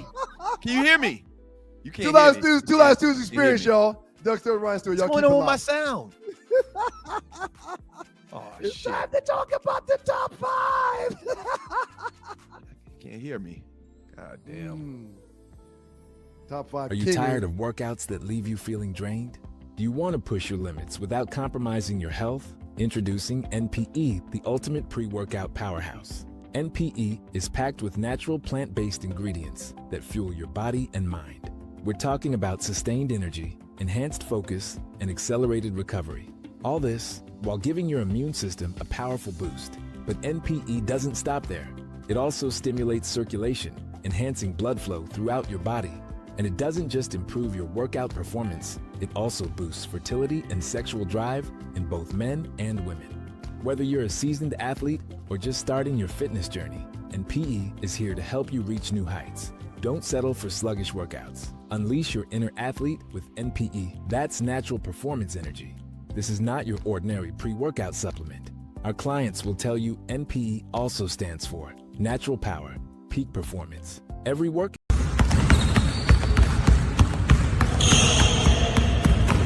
Good. All right, come back. Come on, come back. Head up. Good. Come on now, keep your balance and get some speed up to it. There you go. Good. Come on, you got to be able to handle it, son. You got to be able to handle it, son. Hey, man. He's freaking 15 months old. That's the most amazing video I've ever seen in my life. And I don't think it's AI. It's your boys, the Two Live Stews, Doug Stewart, Ryan Stewart, to make up those stews. And this is your Two Live Stews experience. Shouts out to the good folks at WGPR, Hot 107.5 FM HD2 in Detroit, the Sports Rap Network. We appreciate y'all. I don't think it's AI either, sir. That's incredible. I don't think it's AI either. I showed that video to the kids.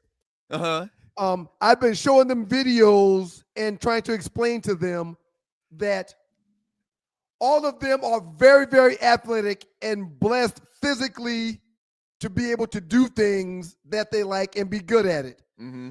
But being good versus being great is two different things. Those people that tend to be great in their sports or in their endeavors invest time into their sport away from the practice field with the coach.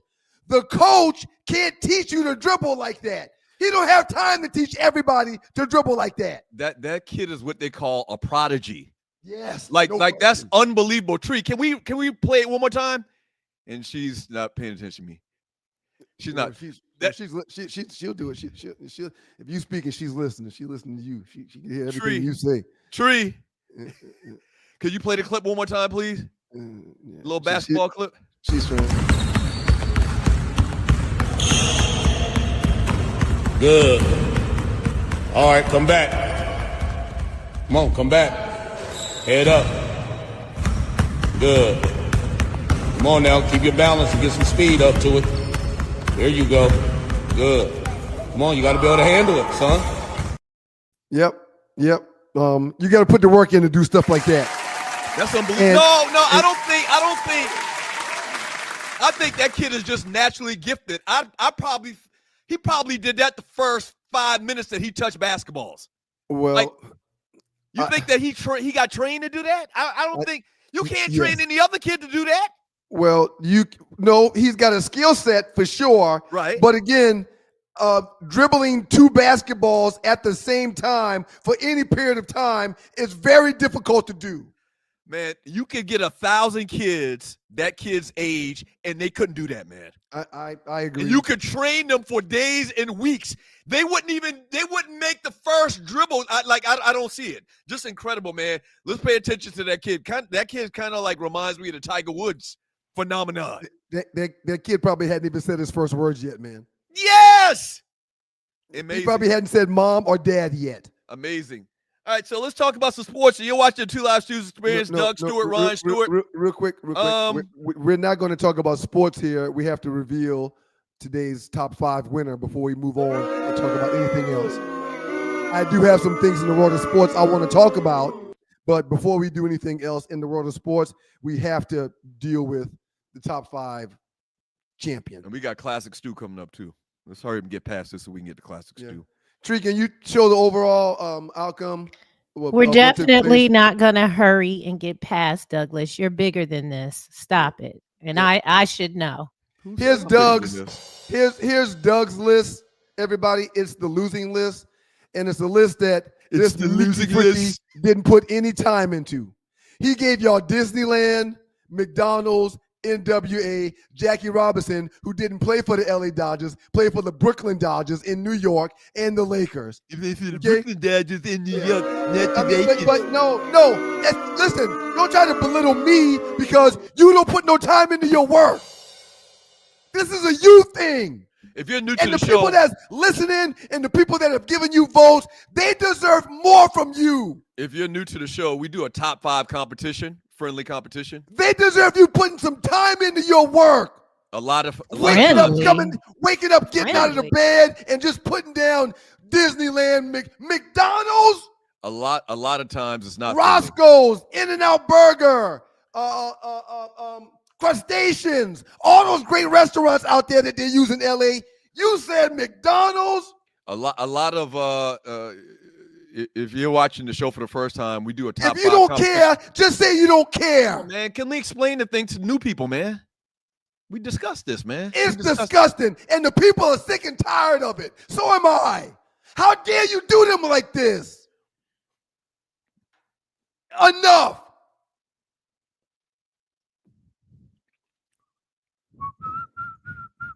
Tree, please put my list up for a second. Let's show the people a list that people put time into and think about it. The California weather, 75 or better every single day. The marijuana, it's legal. Gummies, tinctures, flour, cookies. The Black Panther Party. I mean, when you're thinking about LA, you don't think about the Black freaking Panthers? Cali sports. You thought, all because you're a Lakers fan, I'll just throw the Lakers up there. A lot of people like the Lakers. They'll vote for the Lakers. Wrong! Wrong! And Doug, if we're talking about LA, how dare you not mention Hollywood? That's what it's known for. So if you're new to the show, we do a top 5 competition where we come up with a topic and we give the top 5 things in that topic. And we put it up online in the 2 Live 2's Facebook chat group. And it's like a poll, and you can vote for the winner. And it's over now. I've won it all. Show the final results, Tree. No, you haven't won it all. You got one more to get. That was 20. That's 24. I thought we said 24. No, we did not say 24. We said 24. I thought we said 24. Votes. 10 votes, y'all. Oh my God. Yeah. 82% of the vote is the highest percentage ever earned by any participant in top 5 history. That's not true. I did 82 or 83%, I think, last week or the week before. Shut up, and you're lying. You're making stuff up. No, I'm not lying. You're lying. And Tree can pull the receipts. Do you want to bet that I had 82 or more percent like a week or two ago? You want to bet? Huh? Do you want to bet? No, I don't want to bet. Wait, where's it? Oh, look right there. No. I don't want Tree, I thought you pulled it up. We can move on. Who pulled that up? He did, Ryan, but it wasn't last week. It doesn't matter, Tree. It's okay. I want to thank everybody for voting for the proper list. What he tried to do was talk about our top 5, and then after talking about our top 5, he tried to put up a Caitlin Clark picture, knowing I would talk about Caitlin Clark, knowing that y'all don't like that, and then he was thinking that would sway y'all's votes from me to him, not because of me having a better list, but because of my support of the great Caitlin Clark. You were wrong, Doug. You're watching the 2 Live Stews experience. You know what it's time for, man? Huh? What did Doug think the B on Jackie's hat meant? You want to do? You know what it's time for, sir? Did somehow that B meant the LA Dodgers? You ready? Tree, you ready? Put his list up real quick. Real quick.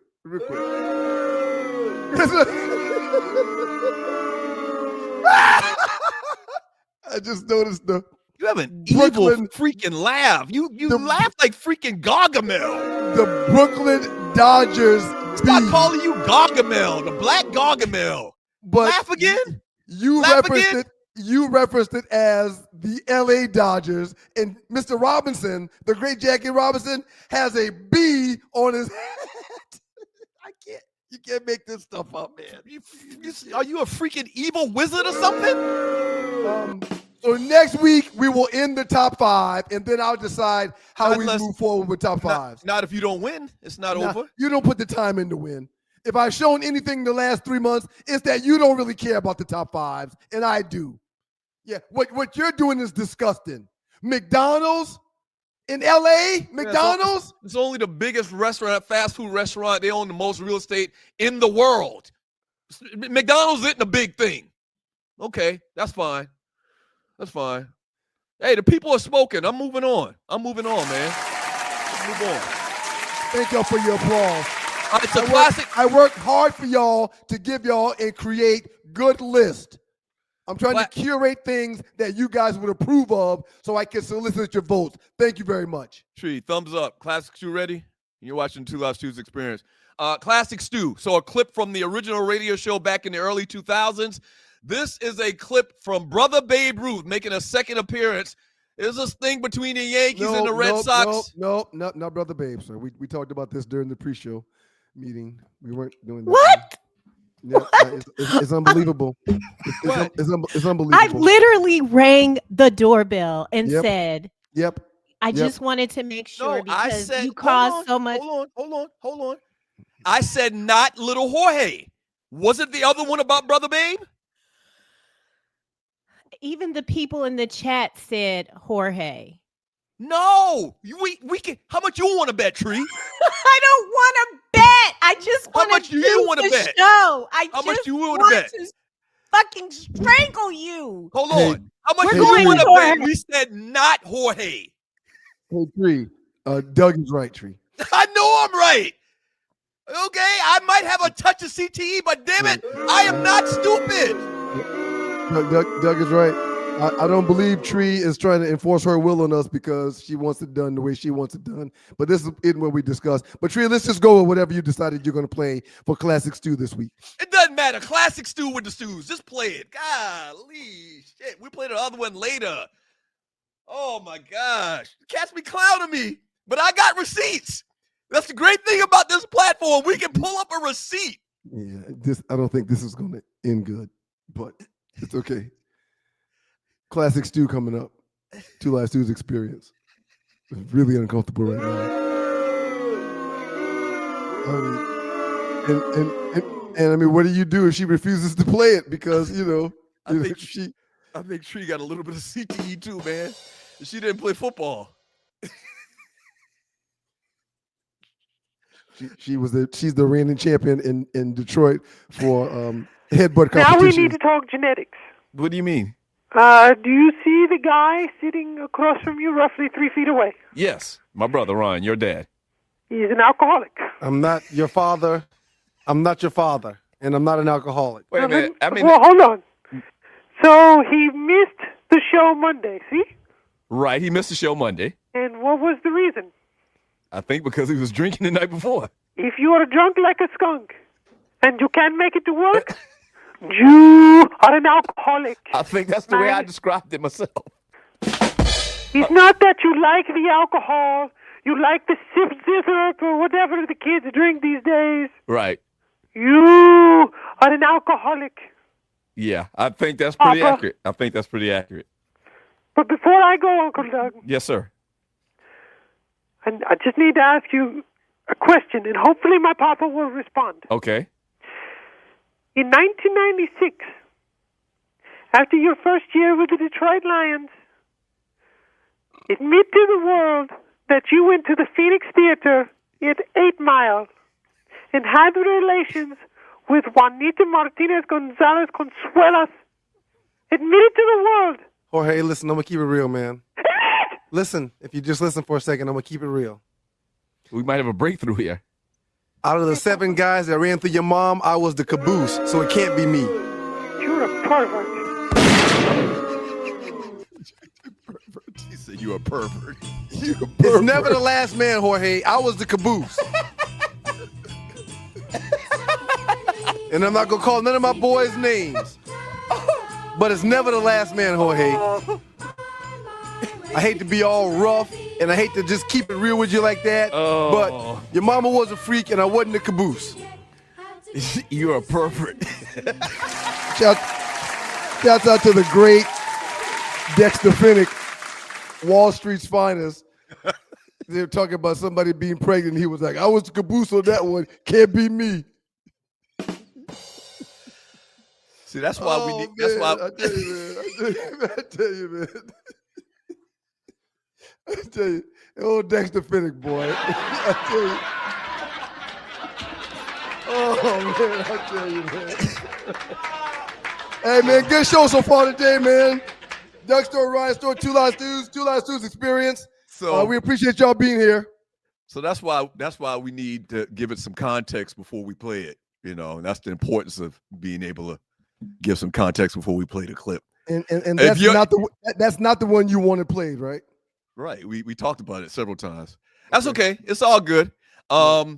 people that used to listen to the show back in the day, people that used to listen to the show back in the day, they know the story of little Jorge, your illegitimate son that you would never ever claim, and he had documentation after documentation that you were his father, but it did not matter. Shouts out to the great Jorge, my nephew. Out of the 7 guys that ran through your mom, no wonder they all. And shouts out to Microwave. Microwave said he's too high. But too high for what, Microwave? Too high for what? Real quick, man, in the world of the NBA, because the NBA let's do it. Okay, so this is obvious. You're watching Two Live Stu's Experience. Let's talk about your hair. Real quick. Did you know the do-rag, what you're telling us is this do-rag that you initially started out wearing on a bald head has produced these magnificent waves.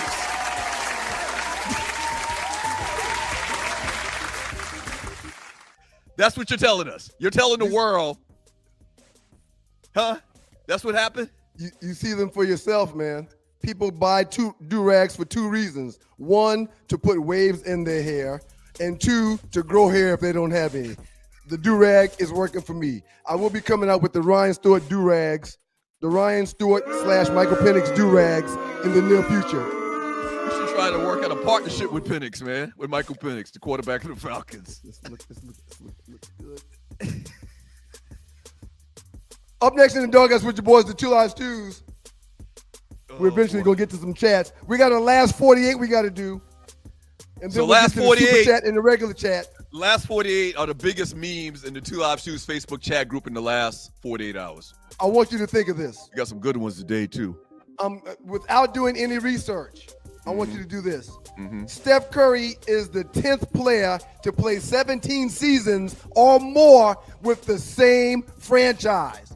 Okay. If Steph is 1 of 10, I want you to give me at least 5 others after we pay some bills.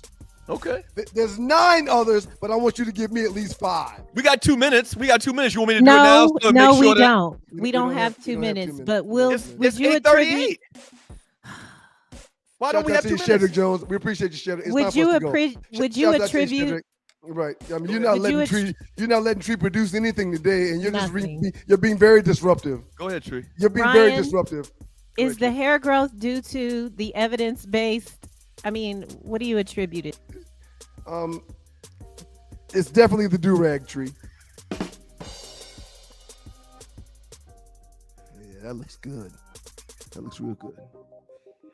Y'all keep it locked. Two Live Stews Experience. Listen, I played in the NFL. I've taken enough shots to last a lifetime. And let me tell you this, taking a shot just to lose weight, that's not a smart play. That's why I roll with Brain IQ, the all-natural weight chews, cut cravings, boost metabolism, and sharpen focus. No needles, no chemicals, no crash. Just results you can chew on.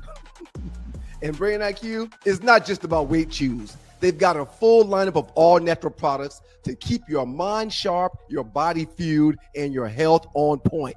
Skip the needles, choose natural. Order now. BrainIQHealth.com/REF/1LiveStew. Brain IQ Chews. Smart, natural, built for results.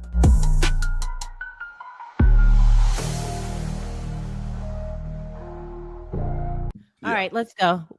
I'll put it out when I hear you say it. Oh my. Should I pray?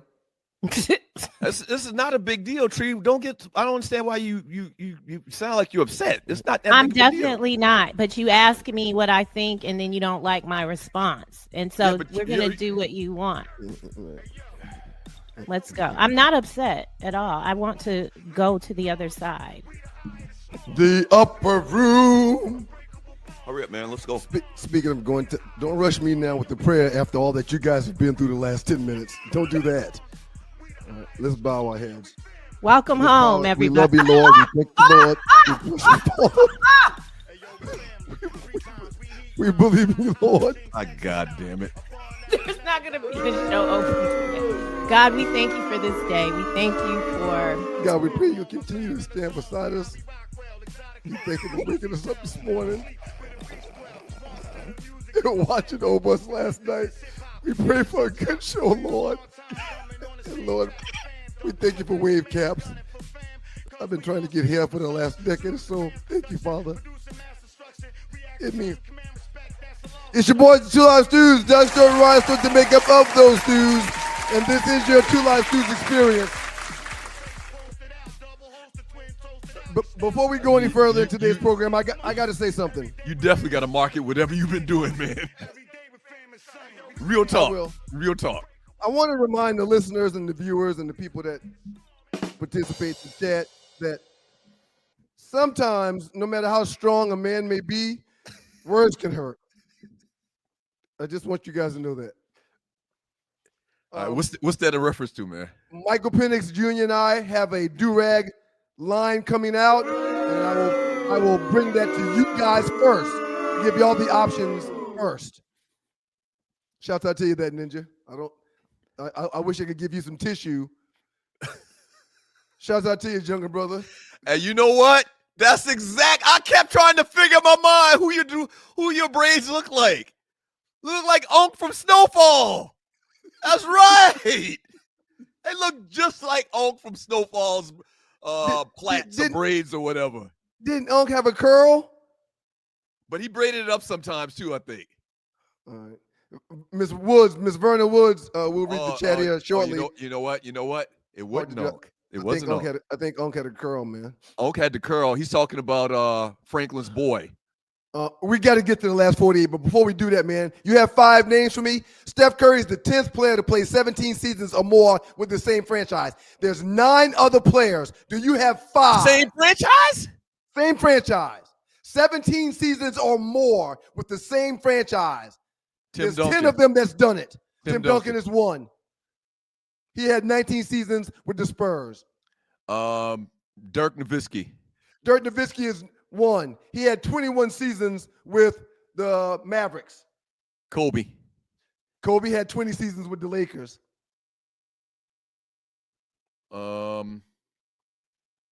It's not as easy as you think, man. Patrick Ewing. Patrick Ewing did not have more than 17 seasons with the New York Knicks.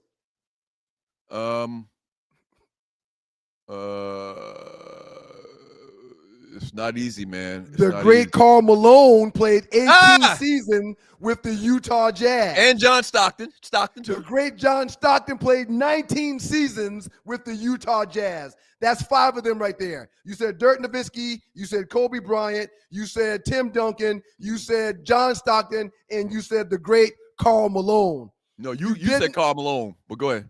You did not mention Reggie Miller. Okay. Reggie had 18 seasons with the Pacers. You did not mention the great Hakeem Olajuwon. He had 17 seasons with the Houston Rockets. You did not mention Tony Parker. Hold on, that was one of the saddest things ever. They shipped Kareem up to damn Toronto, I think. Right. That was sad to see. That was terrible. Bullshit. Tony Parker, 17 seasons with the Spurs. I would have never guessed Tony Parker played that long. I got the one you would have never guessed. Okay. It's the last one. Uh-huh.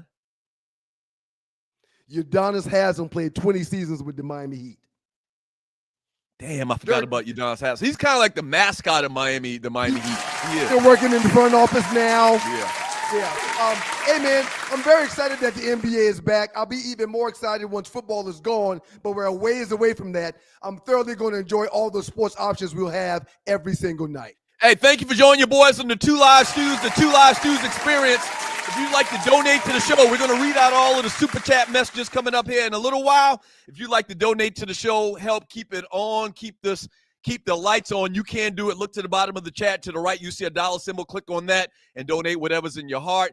And also, if you're watching the replay after the fact, okay, same thing. Look to the bottom of the chat. You see a heart symbol. Click on that, and you can donate after the live show as well. Let's get to the last 48. The great SBB_ATL said Haslam played 12 and sat 8. He stayed on that bench in a uniform for almost a decade. I'm telling you, he's kind of like the mascot for the organization, man.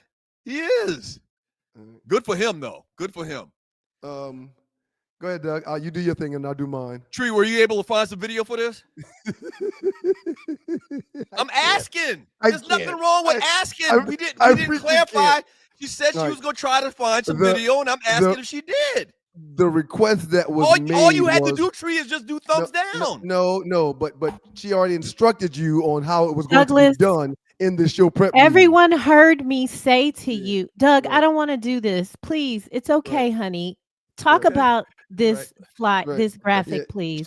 I don't think that hurt for me to get a thumbs up or thumbs down. Just Doug, but that's not what we. Quick.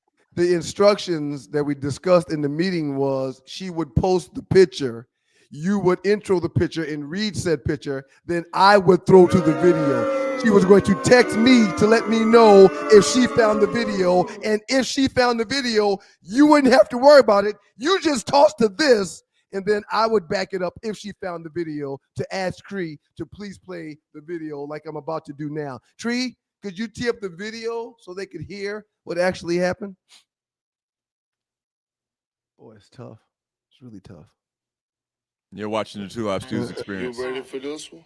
God. What you need ibuprofen for when you have a perk? Look at his face. Look at Perk's face. So, now can we get the meme back, please? And you're watching the 2 Live Stews Experience. So if you haven't heard about this, this happened late yesterday afternoon. I was actually watching same time when I was watching Kornheiser and Wilburn. It's Wilbon. There it goes. Wilbon. Okay. Mm-hmm. World Star doing a segment on ESPN. Kendrick Perkins tried to drop a smooth line on his co-host. The camera immediately cut to her, and her face went through about 5 stages of discomfort.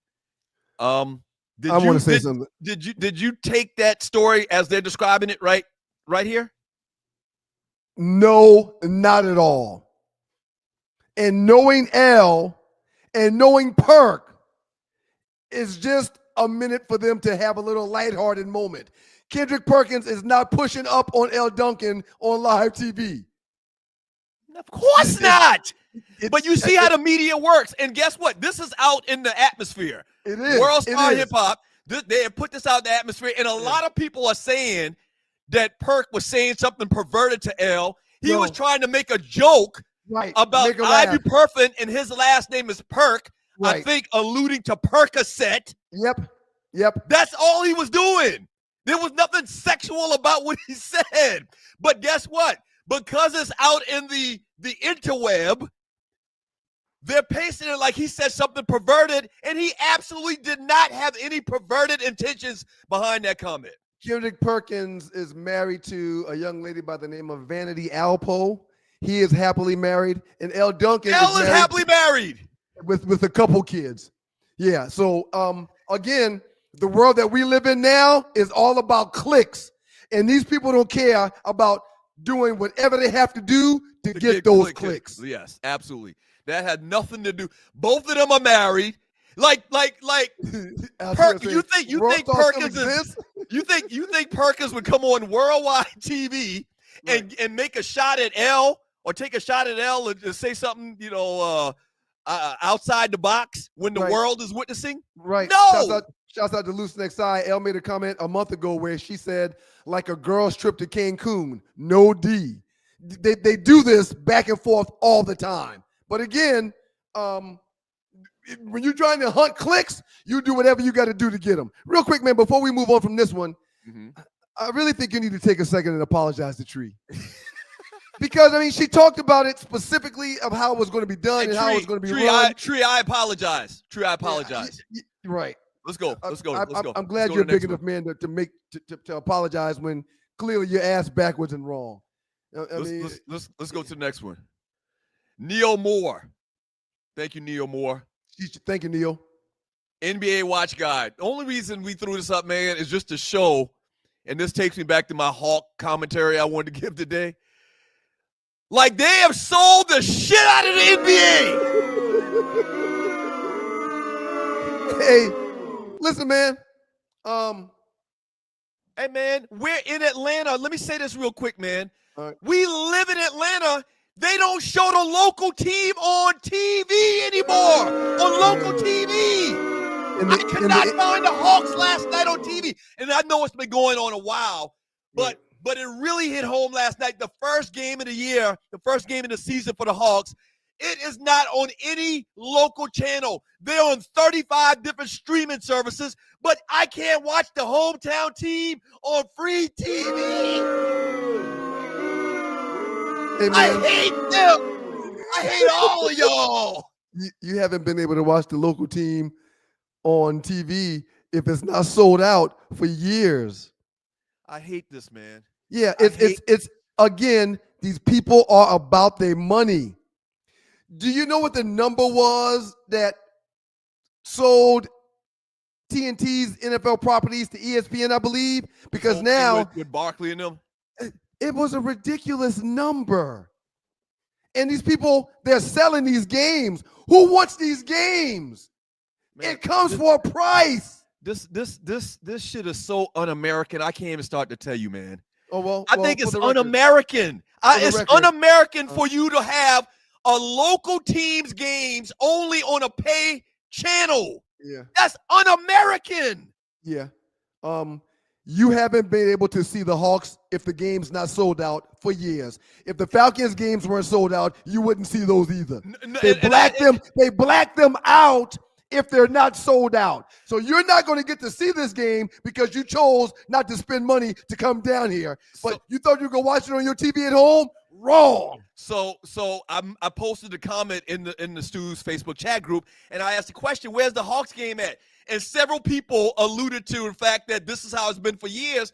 And I stopped and I said to myself, no wonder I haven't seen the Hawks games over the last couple of years. A lot of them. I haven't seen a lot. It's bullshit, man. That's un-American. You know what's the only thing more un-American than not being able to watch your local team on a local channel is the fact that these places, these businesses only take credit card. Or only take cash app or something. Like, they don't take cash. How can you be an American and not take cash? Real quick.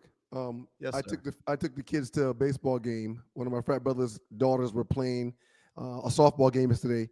So we literally went by there and we could stand outside the fence and watch the game. But if we walk 50 feet and go to the front and go through the front, they wanted to charge $14 per ticket. What?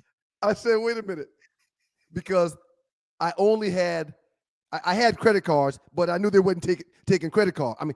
I knew they weren't taking cash. You had cash. I had credit cards, but I knew they weren't taking cash. So I said, sir, we're only going to be here 10 minutes tops. 10 minutes tops, and I don't have any credit cards. All I have is cash. Can you take my cash? He said, sorry, but you can go and watch the game outside the fence. All That's right, offensive, man. I want to tell that quick story. And second story, this is why I have the NFL package and the NBA package. I want to see my teams play when they play. And I know I need to do that, I guess. Yeah, no, but you know me, it's the principle of the matter. I understand. I understand. A bunch of people hit me up, was like, you're going to have to get this package back. You know how many goddamn packages I got right now? I got Hulu. I got Netflix. Disney. I got like 3-4 other different channels, man. Peacock. Yeah, yes, I understand. Peacock. They bleeding me, man. They bleed you dry. You're almost to the point where you're paying the same amount you were paying for all the cable channels you didn't use. That's the reason I left cable. That's why we all cut the cord. But now we're spending the same amount on different packages for streaming services. These son of a bitches in corporate America, I hate them. I hate them. Methuselah said $650 for the package.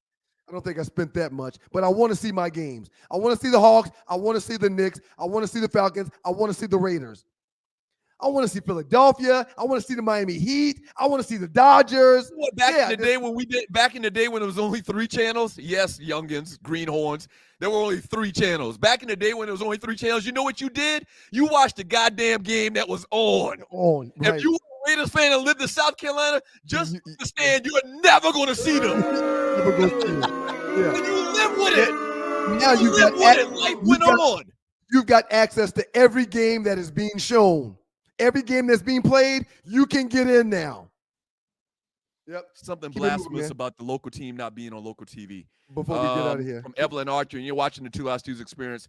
Well, let's see how this works out. If you didn't know, the Pro Bowl is going back, because they did it this way before. It's going back to the week of the Super Bowl.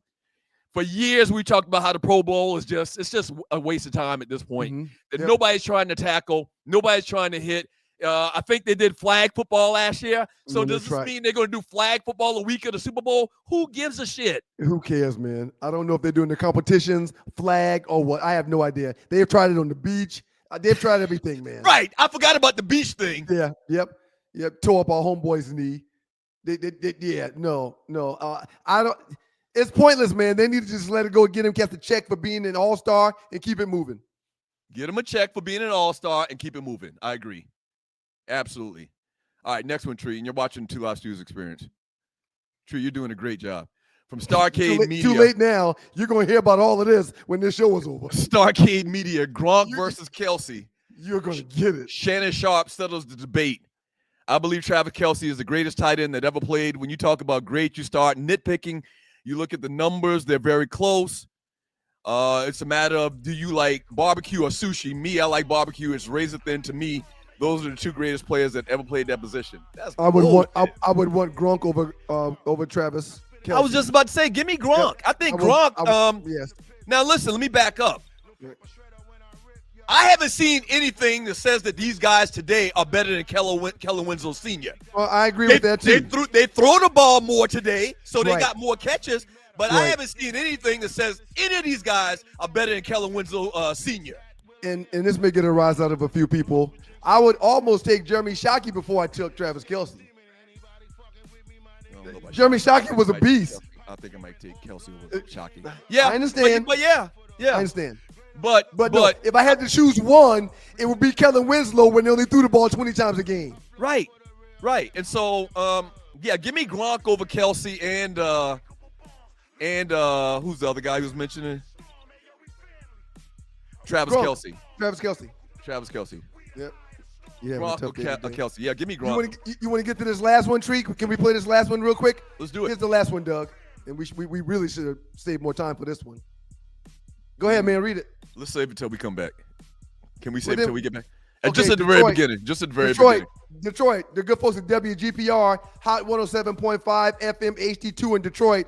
If you want to see this last topic that we're going to get into, you got to come back and check us out on the app, or you got to check us out on YouTube. But we appreciate you, Detroit. Thank y'all for rocking with your boys. Y'all subscribe. Y'all like. Y'all please keep passing the word about the Stews in the D on Sports Rap Network. Up next, Super Chatters, regular chatters, and we'll finish the last 48. We got a good one. Mm-hmm. We got a real good one. And we got one more story we want to hit too. News story. Don't go away too much. You're in big trouble when this show's over. This tree is going to light into your butt. You hear me? Yeah, I'm used to it. Super used to it, man. Got a great trespass coming up for y'all today too. Y'all should enjoy it. It's your boys, the Two Loud Stews, Doug Stewart, Ryan Stewart, the makeup of those stews. And this is your Two Loud Stews Experience. Thank y'all for being here. Thank y'all for choosing to be here. We know you got options. Please subscribe. Please like. Please pass the word that the People Show is back. One of my hey Tree, that was a great selection. That's one of my all-time favorite tracks right there, man. All time. Don't kiss up now. It's going down. It is going down. So that song by Juvie. Before you do that though, go ahead. Cash You're Money watching the Two Loud Stews Experience, huh? Cash Money or No Limit. In the verses, Cash Money or No Limit. We talked about this the other day. But hearing the song may have changed your mind because No Limit, everybody's saying Cash Money. Yeah, No Limit has a ton of hits. Cash Money I think Cash Money got just way more hits. If you look at Lil Wayne, BG, what's her boy name that just had this track just now? Juvenile. They just got way more hits than No Limit, I think. No Limit got a bunch of mid stuff too. No offense. I love me some No Limit records. I was about to say that track just now by Juvie, and when Master P first hit the scene with those were braids, huh? So when Master P first hit the scene with Bout It, right? Like those are two very unique untraditional sounding hip hop tracks.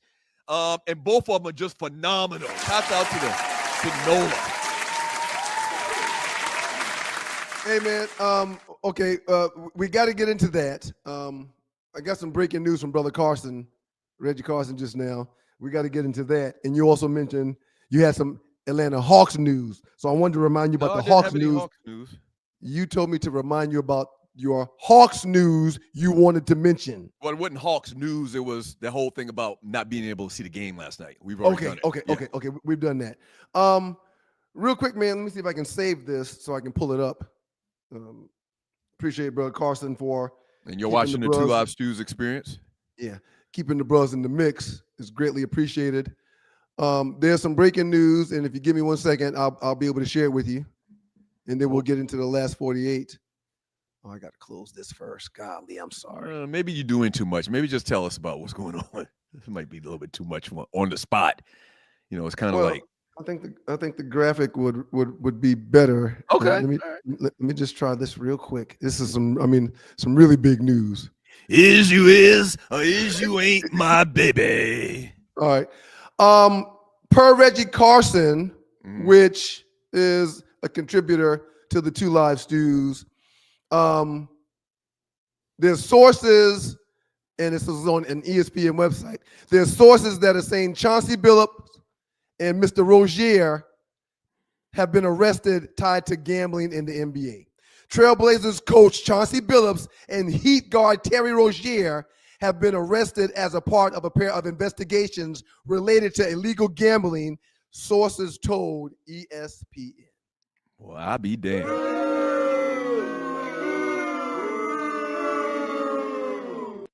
Yeah, man, I'm looking at ESPN right now. Breaking news. Sources, Billups Rozier arrest tied to gambling. Well, let me say this. This is the world we live in now. If you think for a minute, we talked about this a couple of weeks ago.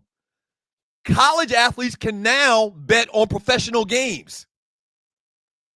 If you think for a minute that a college athlete who his roommate that played on the team with him for a couple of years in college, he's a junior, and the guy that went on to the league was a senior, and so the guy, went to the league. If you don't think that a roommate's going to get some insider information to make a wager from his roommate that's now in the league about, who's in, injuries and, certain particular things only that you would know if you played on a team, that's going to happen a lot, man.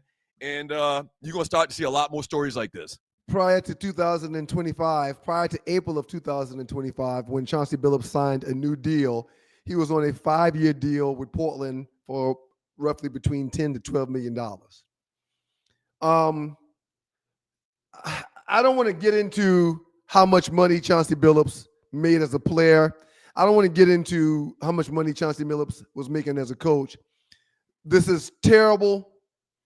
This is terrible news if it's true. And if ESPN is posting it, it's true. Well, you can't say it's true, but it's a real story. He might not be guilty, innocent until proven guilty. They arrested him, but he's going to fight. He's going to dispute it, I'm sure. More times than not, when arrests like this happen, as we get ready to get into the final last 48, the people have done their due diligence, and they're not going to arrest people that have nothing to do with these alleged crimes. You're talking about the police? Yes. Oh, okay. They've been talking about Terry Rozier for quite some time, but to throw Chauncey Billups' names into that, it's very alarming. Man, people love to bet, man. People love to wager. You ain't got to tell me. And you know what the thing about wagering is? It's very, very addictive. You get a rush when you win. Right. You get a rush when you pick a few teams and they hit. It right. feels good to turn $10 into $100. It's the equivalent to hitting a good golf shot, man. That's what keep you coming back. You win a bet, you win a couple of parlays like you talked about earlier today. You win a couple of parlays and you hit a couple of good shots off the tee. Right. You done hit 40 bad shots, but you hit one good shot off the tee and your ass coming back spending another $60, $70, $80 to play golf, man. I got to thank Tree Very for the addictive. reminder. I did say I would do a Two Live Stews fantasy football report today. I'll do that right now. Here's the games from last week, and there goes the games from last week's. We appreciate y'all for playing. It is the Two Live Stews. Doug Stewart, Ryan Stewart, make up the Two Live Stews. What was that all about? That was your Two Live Stews fantasy football report. We do one weekly, depending on how things go throughout the course of the games. The league is going fantabulous. I'm looking forward to expanding the league for more players. We're looking forward to doing a lot with the fantasy football when it comes to basketball and baseball. So y'all keep it locked. Y'all keep it locked and keep it loaded. We appreciate y'all for paying attention to the Two Live Stews fantasy report. If you missed it, there it is, and there it goes. All right. What's that all about, man? Why? That's the report, man. That's our fantasy football report. I try to do one weekly, but we're booked with stuff. Yeah. We only do 2 days worth. We only do 2 days of shows, and there's a lot of stuff we try to get to. A lot of information we try to talk about. 3 days and 4 days are coming. They're coming. I agree. Yes, sir. They're coming. You got big stuff in the works, y'all. So ride with your boys. Let's get that last meme up, man, so we can get to this chat message. It's very important. These chat messages. Yeah. Things aren't working out quite the way that I figured it would in the fantasy football league. So all in their prime, one got to go. This is a good one. Atlanta Falcons 3.0. Gabriel Gordon posted this. This is a great one.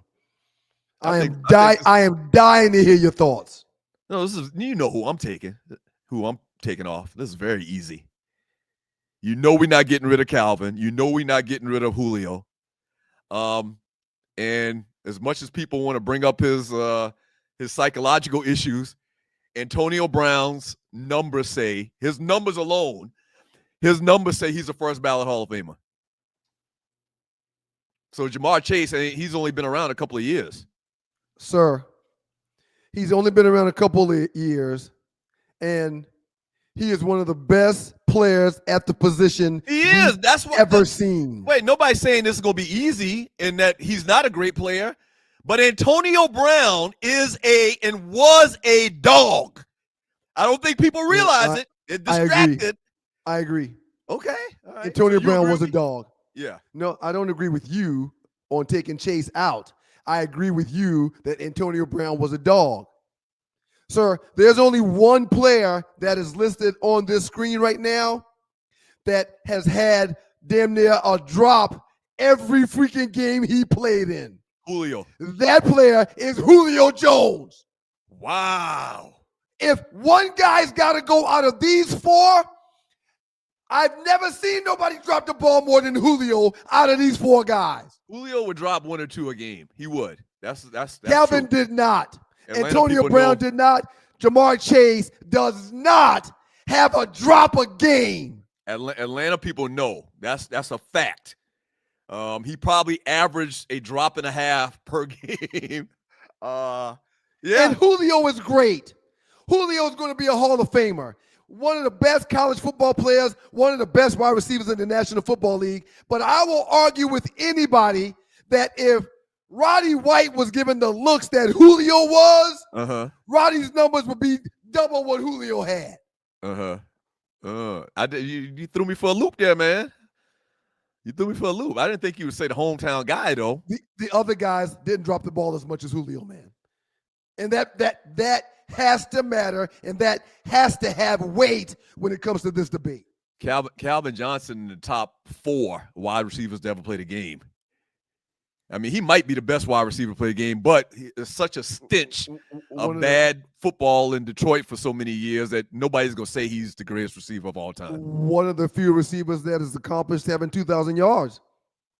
No, he didn't have 2,000. He was right at like 1,900. He was right under. Yeah, it was maybe a catch he legitimately could have got 2,000 yards that season. 6'5", 6'6", 240 pounds or heavier, running a 4.3. We've never seen nothing like it. The picture that you got, that picture with you and him standing by each other, and you're watching Two Live Stews experience. Yeah, I mean, you're not a little guy. Calvin Johnson made you look like a teenager, man, in the picture that you showed a couple of weeks ago, and I'm sure you'll find it. It won't take me but a second, man. Yeah. Yeah. Here's the picture of the great Calvin Johnson and I.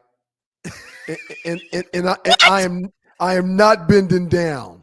We're not talking about a defensive tackle or a defensive end. We're talking about a freaking wide receiver. Yes. That was bigger than this during his playing days. Calvin even got a big ass head. Bring it back up one more time. He even got a goddamn outside linebacker head.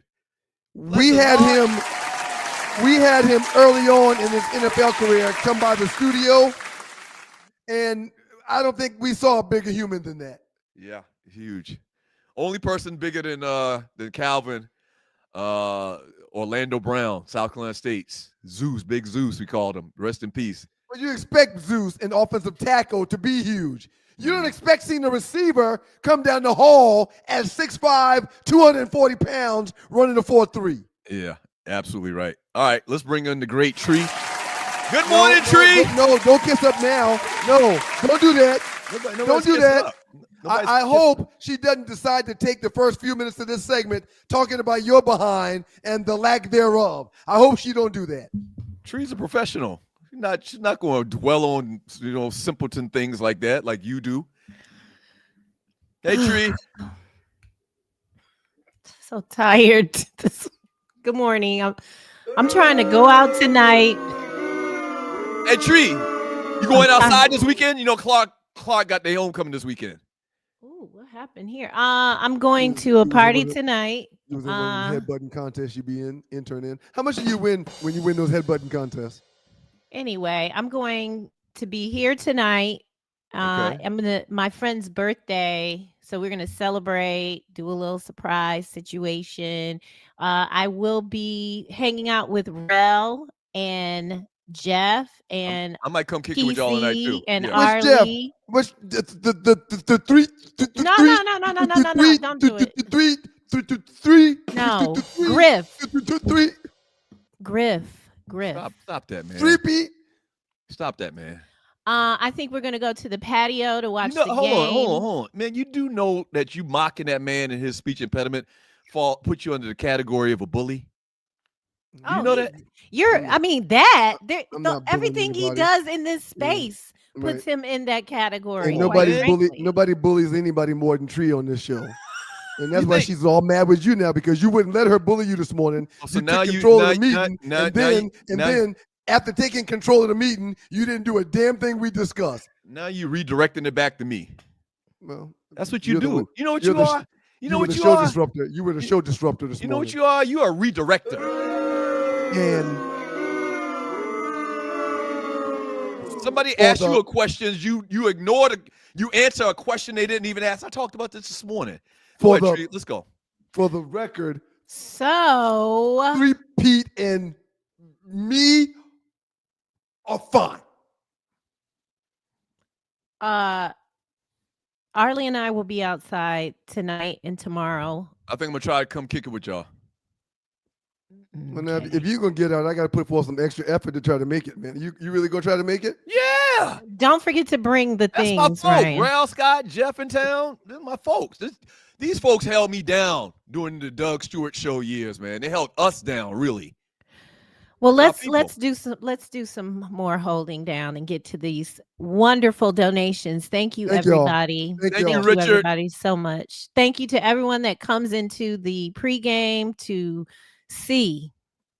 really see. One of the most shocking moments in pregame history, pre-show history. Richard Bullock, something on it. Not trying to get scolded by Pastor Winans. The story kind of died. It came after us, but so most everybody knows about it. I know that church. Everybody's Detroit. on social media, right? Yeah. You got to be careful now. You know we're in Detroit, but we got to talk about it. Oh boy, I'm glad you said that because I was just about to go off. No.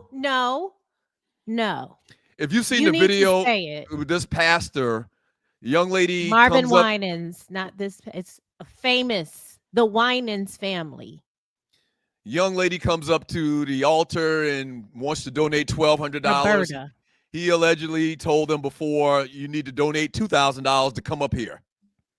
I have always, and I never saw this until I left our little hometown, man. I hate when they have people singled out for donating this amount, and this amount. Like that's between you and the Lord. That's how I feel. You're trying to belittle somebody by saying this person gave this amount so that you can figure out that this person didn't give this amount. They're trying to embarrass people. I hate that. I hate that. The church is called the Perfecting Church. It's in Detroit. It's not, I don't know. They might have a Dallas location, but it's in Detroit. And Roberta is her name. And I know because I did like a whole bunch of TikToks about it. And so I got it got personal for me. But he did this in front of her son, and then he came back a couple of days later on a Detroit station to not apologize. But Roberta, who is not a victim, ladies and gentlemen, she's volunteering at this point. Pastor wasn't rebuking me. Well, he may not have been. She may have gotten the directions wrong. She sounded brainwashed. It's sheeple. It's sheeple. Yeah, that was bad. And listen, y'all, never mind. Y'all go. No, go ahead. We've talked about this before. Churches do need money to run. I was paid very well to sing and produce at Impact. Very well. For one. But you know what Impact does? As many people are part of the congregation at Impact. Impact is a huge church here in Atlanta that we all went to at some point or another. Word on the street, they couldn't get you out of there fast enough, Tree. But go ahead, Doug. What are you saying? Impact doesn't do that. Impact has thousands and thousands of members. They passed an old school pan. They pass a pan around through the pews or whatever. You can go online and tithe or send some money to the church or whatever. But that's a personal thing between you and God. All right. Just trying to put people on the spot. I hate that. I've always hated that ever since I saw it for the first time. Y'all gonna call me a line stepper. Y'all gonna say it's crazy. Y'all gonna say I bump for pastors and all this other stuff. But all I want to say is, if the instructions to get up and parade yourself in your nice outfit in front of the church was to donate $2,000 and she only had $1,200, what the hell was she doing at the front of the church? He shouldn't ask to do that. And did she bring her son up? Did she bring her son up for sympathy? Because if I bring my boy and I don't give the $2,000, I'm still going to take this walk. I'm still going to get seen, but he's not going to fuss at me about it if I come up short when I got my son. Sympathy at $1,235 ain't nothing to sleep on when motherfuckers can't get their food stamps because of that damn president. But the request was for $2,000 to come to the front of the church. So she doesn't follow directions. Neither do you. If you know you short, what you doing in front of the congregation being short? You're just trying to play devil's advocate, right? You don't agree with the pastor, right? I just asked a question. No, I'm asking you. You don't agree with the practice, this practice that the pastor is implementing. But you got to answer my question before you can ask me a question. What? I What's your understand question? she didn't follow directions, Ryan. You're correct. But what about Grace? What was she doing up there short of $800 short? Hold on. What was she doing up there? Maybe she misunderstood. Okay, she so was in the wrong line is what they said. Okay, so now answer our question. What do you think about trying to single people out to make them to belittle them that they're not giving what you asked them to give? Grace, what about Grace? She could have been in the $2,000 line, but she had no business in that $2,000 line. Hey man, answer the question. She could have been in the $1,000 line. Go ahead, Tree. Let's go to the next one. So if she's in the $1,000 line, she would have been applauded. But do you hear how crazy we sound talking about a line in a church for different donations? Like we should. Yeah. The reason why I went to Impact is because I heard a sermon where Olu told them to keep their money that week and give it to whomever they wanted to, I was sold. Olu was the former pastor. So y'all just witnessed it again. When Ryan doesn't have the answer that he's been preaching about, he ignores the question. Well, no, I know. I'm not in favor of what the pastor did, but I mean, how hard was it to say that then? Well, I said that. You just wouldn't listen. No, you didn't. Yeah, okay. I'm not arguing with the guy that's disrupted the entire show that we met for 30 minutes prior to the goddamn show. I'm not going to argue with him. He doesn't hear anything that anybody says when they're talking to him. I'm not arguing with that guy. But if she was given $1,200 and this line was the $2,000 line, she shouldn't have been in it. Ryan, Grace. He's a leader. He's in leadership. He didn't have to speak to her like that, but he's used to that, and she's used to it. She's allowing it. So I would have went to my car and canceled my motherfucking check. From Earl McDowell, brother Matter of babe. fact, I would have snatched the damn check back. No, all right, right. Give me the shit back then. Remember, close the doors. They got security teams. They got security teams at these churches now. She snatched that money. She gonna wear a beat down in front of that church. Whatever. She would have. From Earl McDowell, brother babe, in full effect today. He's trying to. I know what. Oh, thank you, brother. What is Brother Earl trying to do, Tree? Nothing. Just everyone. Thank you, Brother Earl. We appreciate your contribution. I'm gonna be here as long as they have me. It means a lot. Oh God. From hey, Griff, I'll see you this weekend, baby. From Griff. What's happening, family? Paying his dues in the $10 line. Thank you so much. Right. And looking forward to the annual family reunion stews. It's the equivalent. It's the equivalent for somebody paying $1 and we scold them. Right. Hell no, we have never done that. Nope, we don't get down like that. So, go ahead, man. But if we were reading chat from only $20 and up, and Griff only gave 10, we wouldn't be reading this chat. That's not true. We've never done that though. We don't do that. We don't do that. Again, man, I don't want to fuss. Y'all trying to make me have to be the bad guy, and I don't want to be the bad guy. I don't agree with evidently. I don't agree with the point. Why is he even doing that? Why is he even doing that? It's wrong that he's doing that. That he's putting people on the spot. Shouts out to you, Julian James. Shouts out to you, Julian James. Thank you, Julian. Which is why I stopped. This is the reason why I stopped saying the dollar amounts. It doesn't matter. We appreciate everything you give. I don't need to say the dollar amount. Absolutely. Y'all can read and we appreciate it. Good morning, Stews. We appreciate Brother Man a little more. Please stop it. I'm sorry. All right, never mind. Is there a Brother Man message any place? Please stop.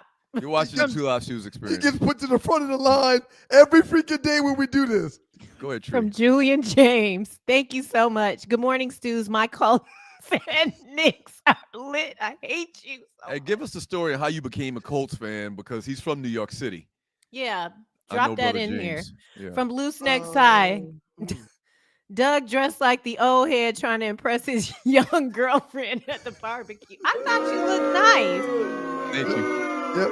Ignore Loose Neck Side. Y'all see what's going on. Old swag. No, we're y'all see what's going on. Second fiddle band member. Oh no, please. Okay. I'll be damned. From Loose Neck. Ryan rated Tyler Perry wig. It is like that Shamar Moore wig from that one. That's movie. not a wig Ryan had. It's my hair. I grew my hair. That's his hair. Okay. I grew my hair. Sorry. Brain IQ. Doug dressed like an old school rapper at the BET Awards when the group reunites and came. Thank you, Loose Neck.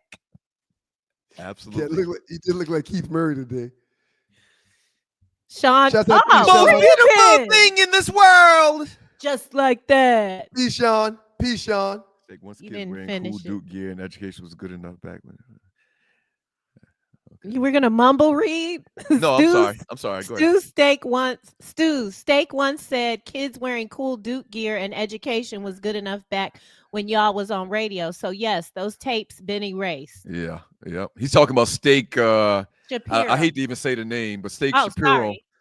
It's okay. Steak Shapiro was the station owner, and he also had a show on the station we were on 20 years ago. You know he does like food reviews now. I know. I've heard that. What do you call a conflict of what? What kind of conflict is it? Conflict of interest. It was definitely a conflict of interest to have on-air talent that is an owner of the show. Yeah, that cat was reading. Never mind. Let's just move. We'll mention it. Vern, I can't call you after the show, honey. I'm busy. Yeah. I got to get my work done today. For real. I'm going out tonight. From Sean Mims, but I'll text you later. Ryan, teams did not pitch to Bonds. They never walk Ohtani. Hey, Sean, real quick. That's kind of drastic. Sean. They did pitch to him. How did he hit all the home runs? I get what you're saying. I want y'all to understand that we can't claim Shohei as the best ever when he's 2 years into his season or his 2 years. But it's like four or 5 years. We have never, ever, and probably will never, ever see someone do what Shohei is doing and what Babe Ruth did as pitching and the Negro League players that Carson mentioned. To be able to be that present behind the plate when batting and then step up to the mound and strike out 10 freaking batters. That's just very rare. And that's very rare. And if he does it successfully for 5 years or 10 years, it will be mind-blowing. Okay. Shit. Shohei been in the league longer than I thought. This is his 7th year, man. Well, yeah, right, because this is just his 2nd year with LA. Right. I forgot all about the Angels. Yeah. He was with Anaheim for 5 or 6 years. I don't think they call him Anaheim. He's a free agent acquisition to the Dodgers. Right. He didn't start his playing career. I forgot totally about the darn Angels year. So he's been in the league. This is his 7th year. He was a phenomenal player with the Angels, which is how he garnered that 10-year, $800 million contract with the Dodgers. Okay. All right, Tree, let's go. Osiris, thank you so much. The whole student-athlete hustle was a modern-day slavery. They made billions off our labor while we worked for free. NIL just exposed it. These schools were built on the backs of Black athletes. Hey, man, listen to me. That man just said a billion with a B. He's not exaggerating. Not at all. Billions. With a B. With a B. I'm telling you, they're going to do one of those, what's the special 30 for 30s. 30 for 30. They're going to do one of those 30 for 30s. They got to let it die down a little bit and us get adjusted into this. Right. But in 10 years or so, they're going to do a 30 for 30. Did you hear the story of how college football stole billions of dollars from ninjas for over 100 years?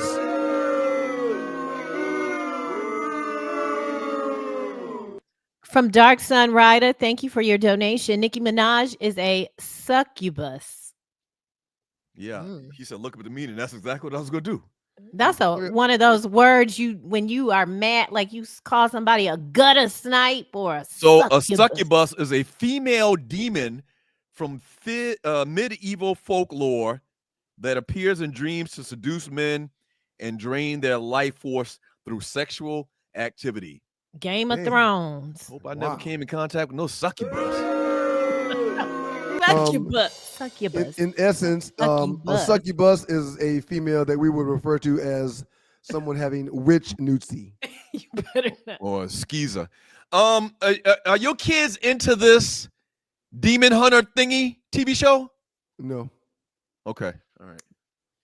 Are y'all afraid of that stuff? Because that's where we came from. Like the white people tried to make the Bible like, yeah, I don't want to get into it, but our ancestors and all the spiritual stuff and everything, like that's really real. It's not bad. Well, you know, black magic. I'm not going to speak out of turn. I'm not 100% sure.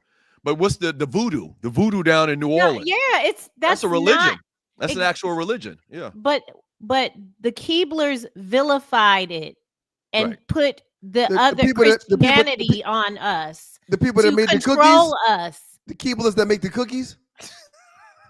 Earl McDowell, Brother Babe, Tree. What'd I say? Again, another one. Thank you, Brother Babe. Thank you, Brother Babe. Thank you. Another reminder. From Ryan Loose Neck Side. I mean, from Loose Neck Side. Ryan, that ain't nothing but an ultra perm. Why can't we see it? My hair has grown. Why do you put the hat on? Doesn't it need to breathe with the oils and everything? Tree, I don't want to get into, you wearing a weave and me having my natural hair. So I don't care, but I had my hair Monday and now I got braids again because I'm going out of the country and I don't want to do my hair. All right. Well, listen, I'm not embarrassed by it. The way you treat your hair and the way I treat mine is different. I have actual hair. Okay. Right. And so do I. So do I, Hagatha. Thank you, Verna. Thank you. Be kind to Tree. # girl power. Yeah. Shout out to you, Verna. God bless you, Verna. Thank you. Thank you, Verna. Y'all can't run this without a female. That's why. No.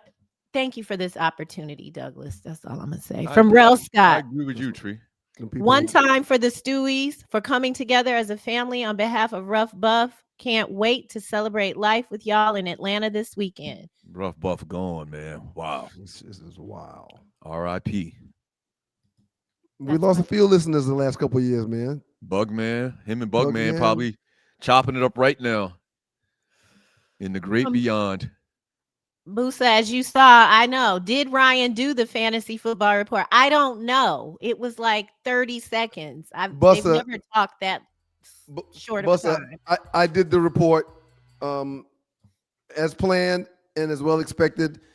We didn't have a lot of time to get into the depths of the report today, but I did do a report. The report was freaking 4 seconds, man. What are you talking about? Stop it. You call that a report? Stop it. Stop it.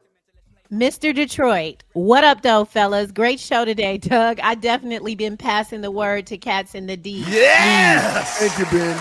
Thank you, Ben. We appreciate it, player. I pass words to. Never mind. I'm sure you telling people back at the crib. That's where you from. I'm sure you telling people about the show. Absolutely. If we win, you win. Probably telling people, hey, y'all know I got a show on TV, right? Hell no. Whoa, look at that. Look at that. Brother man. Brother man. Peace, brother man. What up, though, Doug, Ryan, Tree, Ollie? Have a wonderful weekend. Peace, brother man. Thank you. Yeah. Thank you, brother man. That's great production, Tree. Great job, Tree. About time. Brother man. Thank you, brother man. Man, you're making a difference. Now, we're not saying that, They know. They know.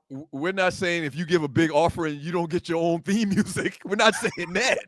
But I'm just saying, You actually will. You actually will. If I can make it work. Music when you live like brother man.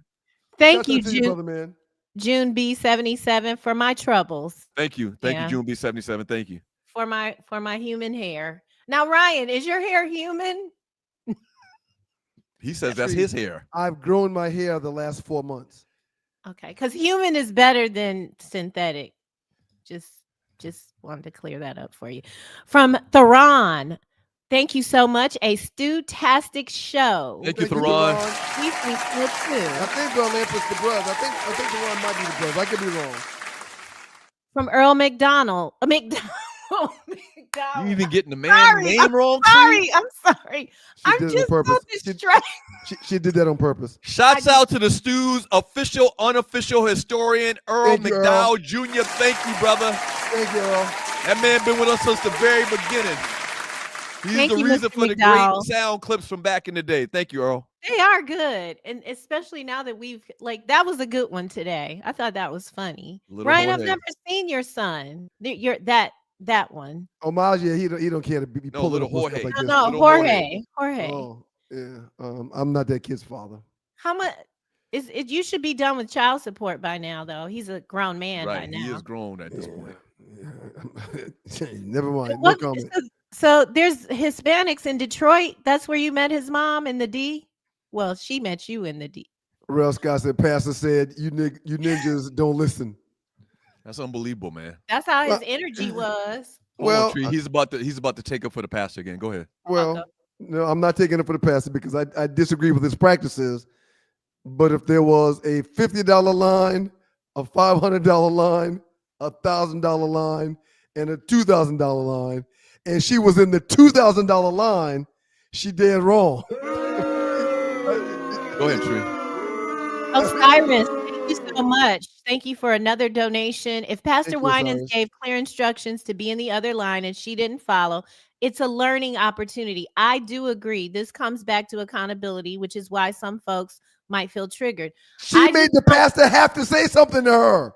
Why she do him like that? Not like that. He's in leadership. He is in and they know the church is streaming live. It's a bad look, bottom line. And then she said, I'm gonna go get the $800. That's not what I said. Like that sounded almost like drink this Kool-Aid, man. Jim Jones. Yeah. What flavor is it? Okay. Methuselah. Thank you so much. Great show. Keep raising the bar. Thank you, Methuselah. Please, King. Thank you very much, Methuselah. Bar is raised every time Ryan is not here. Aren't you going to be out next week? Thank you, Osiris. We appreciate you. Griff. No one wants to come behind Brother Man or Mel or Melvin's. It's all good. No, Thank you, Griff. Thank you, Griff. Please come behind them, please. You don't get no theme music, but you can keep coming behind them. Yeah. We appreciate you, Griff. Let's just keep it real. We need to hear y'all at least 4 days a week, child. We would love to. They'll be here. A lot of y'all remember, man, for 2 or 3 years, we did 4 hours a day, 5 days a week. So we got the endurance for it. I mean, let's go. We just need the sugar. We need the sugar. We got to talk about that. I For don't know why people do that. That's a lot. But hey, we appreciate everybody's donations, man. Y'all really Brother make a Man difference. loved his song so much he came back. Oh shoot, that's my joint. For you, Brother Man, we'll do anything. We'll do anything for you, Brother Man. Thank you so much.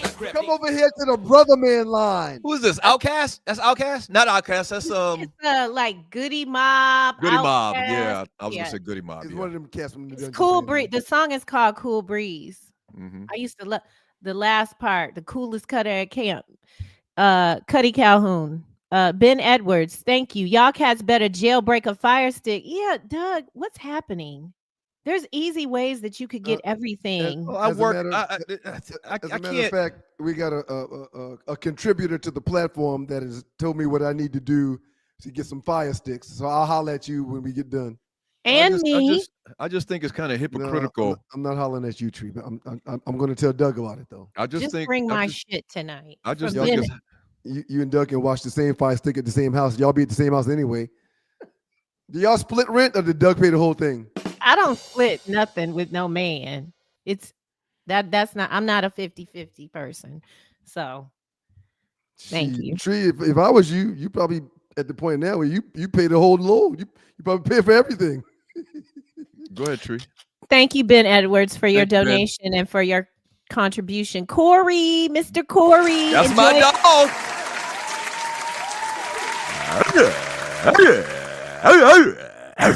I knew that. Corey I knew said that. he- I knew that Bucks game was going to be a beatdown in Detroit. I knew it. Y'all did get y'all ass with Corey. No Thank question. you, Corey. Thanks for Thank you, coming Corey. in. JY3, appreciate the little George. He got to be 25 now at Ryan. Go smoke on. Jorge Tree. Jorge, sorry. Yeah, Jorge's Ryan- judgmental. I'm not gonna spend no time with him. He wants you to smoke with him. He's a very judgmental. Thank you, human being. JY3. Thank This you. is- Osiris is back. This is my dog. Osiris, you know what? Send us a song, Osiris. Yeah, you might need to be in the Brother Man line.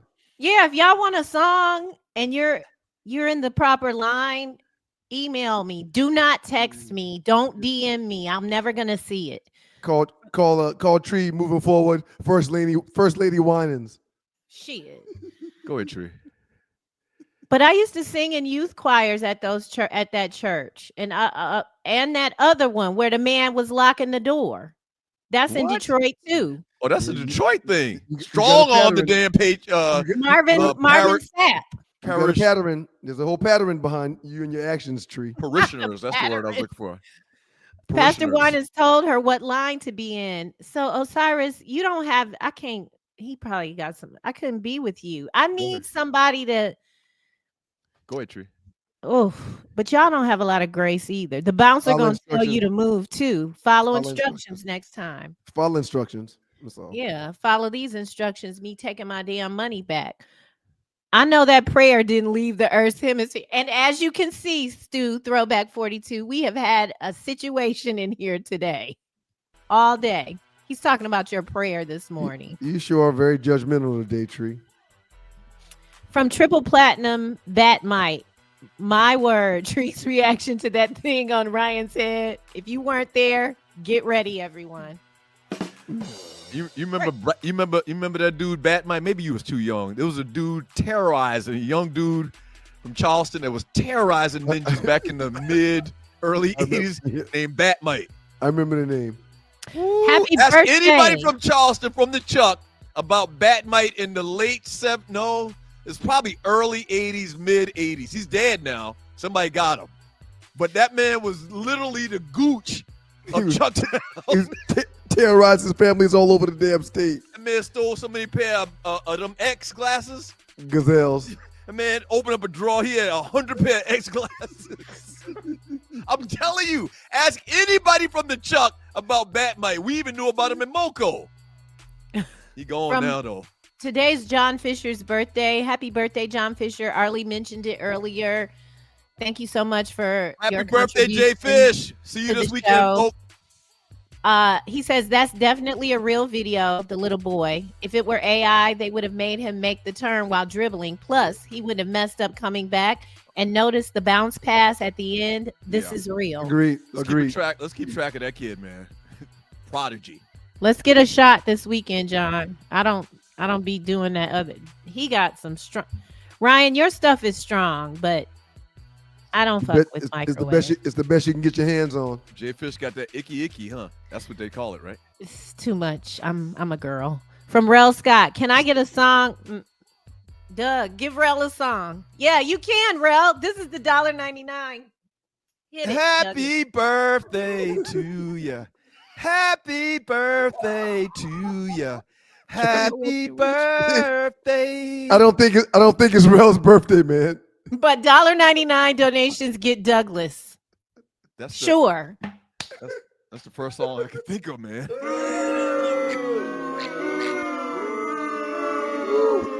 My go-to is "Stand by Me, Lord." That's my go-to whenever somebody asks me to sing. Stand by me, Lord. Stand by me, Lord. Stand by me. Stand by me, Lord.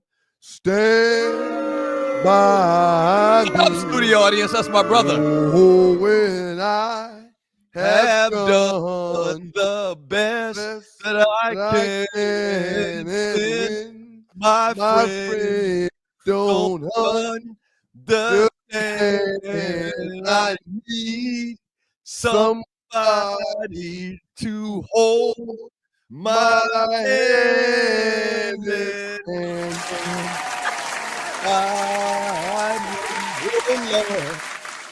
So here's the truth. And Ryan, you do have potential. And Doug, I'm not being mean. If you just slow down, y'all both actually have good voices. But y'all be playing. But Ryan's is a little bit better, even though he is playing. So he can hear. He can hear. A little history on that song. Our old man was requested from miles around to go to other churches and sing. That was one of his top ones. Your father? Yes. So Ralph Stewart was known in the Low Country of South Carolina. He went to church every weekend. He went to a different church to sing. Played piano, played the drums, played the saxophone, played clarinet, trumpet. Yeah. So this is why couldn't read music, but he played all those instruments. This is why you all can, if y'all stop playing, y'all do have. I can hear, and these things are hereditary. My children can both sing. They don't want to do anything like their mother, but they can sing. They must get that blessing from their father. See this? Fly Ty, that's our cousin. He went to church with us growing up. Boy, y'all sound like Centenary Choir. That's the name of the church. If you trained a little, you could be doing some things. Seriously.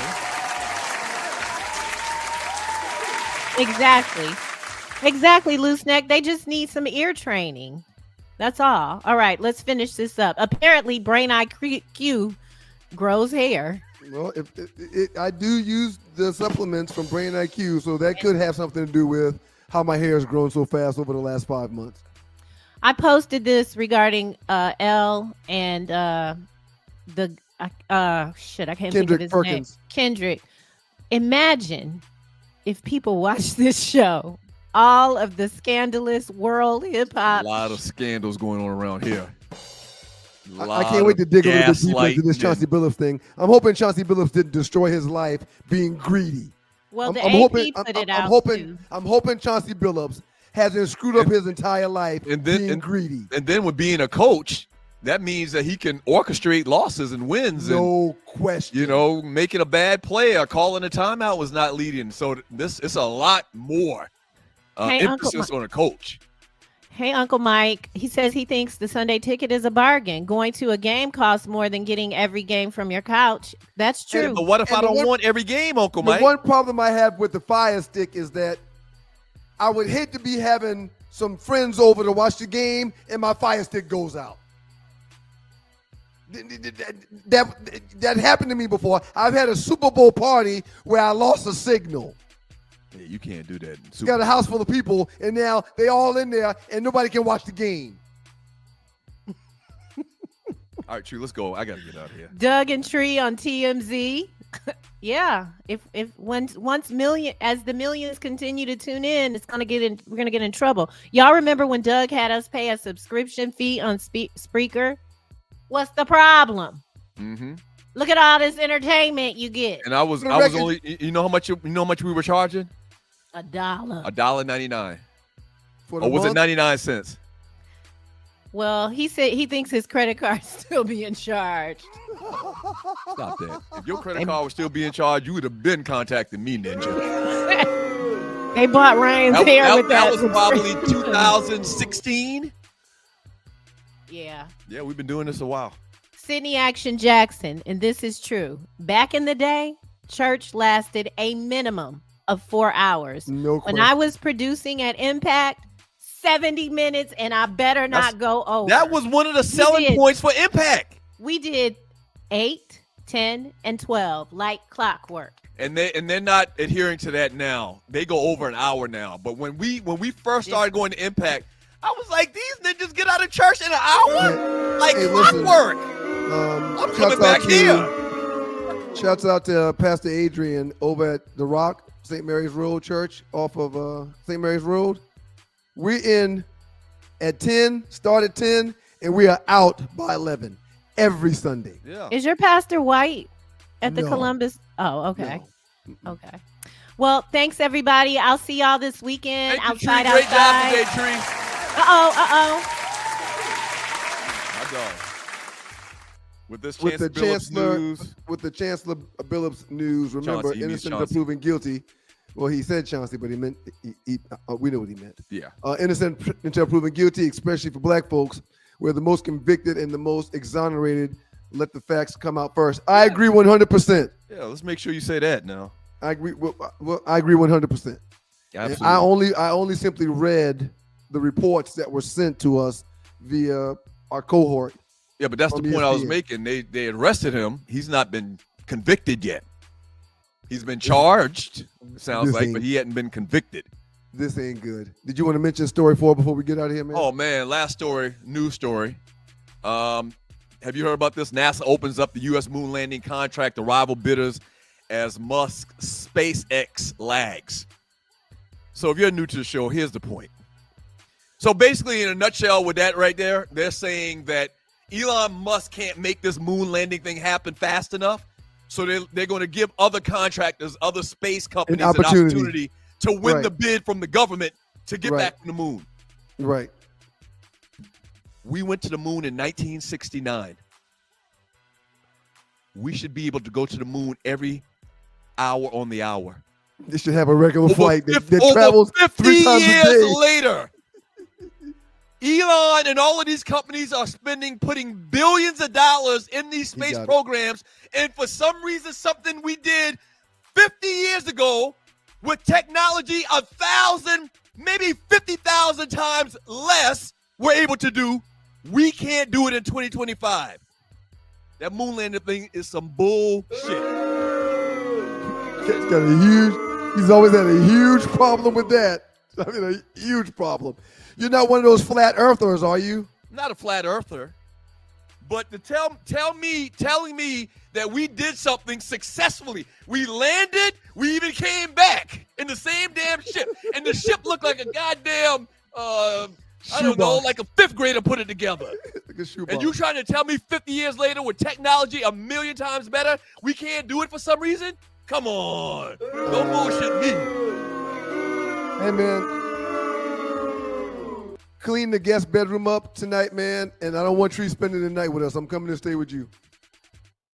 Okay. You come hang out with the Stewies? My intentions is going to be a late night because I got soccer and we at the soccer field until like 9 o'clock on Thursdays. My intentions are to be in the ATL late tonight for a drink with the people. That's my intentions. Got golf in the morning. Very excited about that. Shout out to everybody that participated in today's show. Thank you, Super Chatters, for your contributions on a beautiful Giving Thursday. Y'all knocked it out of the park today. Thank y'all so much. All of this is surrounded around Tech's homecoming? Yes. Okay, all right. Yes. So you're going to be in town. I didn't, that's good. You can hang out. Shouts out to everybody that sent commentary in the chat that created conversation and dialogue with the Stews. Thank y'all very much, regular chatters. I mean, y'all regular, but y'all are regularly important to what we do. Thank y'all very much. Hey, and Brother Man, they can't even wear your jock strap. One time to the Brother Man in the building. We appreciate you, Brother Man. The folk can't wear your jock strap, Brother Man. Stop that, man. Stop. Don't even And play if like you that. come out tonight, Brother Man, Tree will cover your drinks. Shouts out to you, Brother Man. To Reggie Carson, A+ Reggie Carson. Arlewood, A+ Arlewood. And Tree, I know Doug apologized for just totally discarding everything we talked about in the meeting. I mean everything. But I'm giving you an A as well, Tree. Not an A+. You don't deserve an A+ like Carson and Arlie do, but I'm giving you an A, Tree. Hey, Tree, great job today, Tree. Studio audience loves you. Hey, man. Thank you, studio audience. You literally heard, contested, and argued about everything in the show meeting just to not do anything that we discussed during the show today in the show meeting. A+ to you and your efforts today, sir. Thank you for a great contribution, Doug. I appreciate the A, but everything you just said in the last 15 seconds was a lie. Thank you. You get an A too, man. You get an A too. God is good all the time and all the time. Even though right next to Donald Trump, you might be the greatest gaslighter in the history of gaslighters. Brother Man got his own theme music, like I'm going to get you, sucker. He does, loose neck. Every great He hero, does. every great hero has his own theme music. You're exactly right. He is a great hero, that Brother Man. You can get your own theme music too, though. I'm gonna tell you. You can get your own theme music. We can do a whole hour where everybody that's got their own theme music, we'll just go back to back to back to back to back. We'll go all the way to 11 a.m. Eastern time. God is good all the time, and all the time God is good. If you don't know him, you need to find him and show him love. That's all he's showing you. Nothing but love. Again, I've got some hair care products that's coming out soon. Do-Rags, Michael Penix and I. And shouts out to everybody at WGPR, Hot 107.5 FM HD2 in Detroit. Let me go We do some appreciate the work. Sports Rap Network. Let me go do some other work. Rest in peace to the great Rough Buff, man. Kevin It Sanford. hurts. It really hurts. Rest in peace. Never quite Hey, understood when, how- have never they, quite understood how that- I gotta look and see and talk to the Stewies and see when the if the funeral schedule.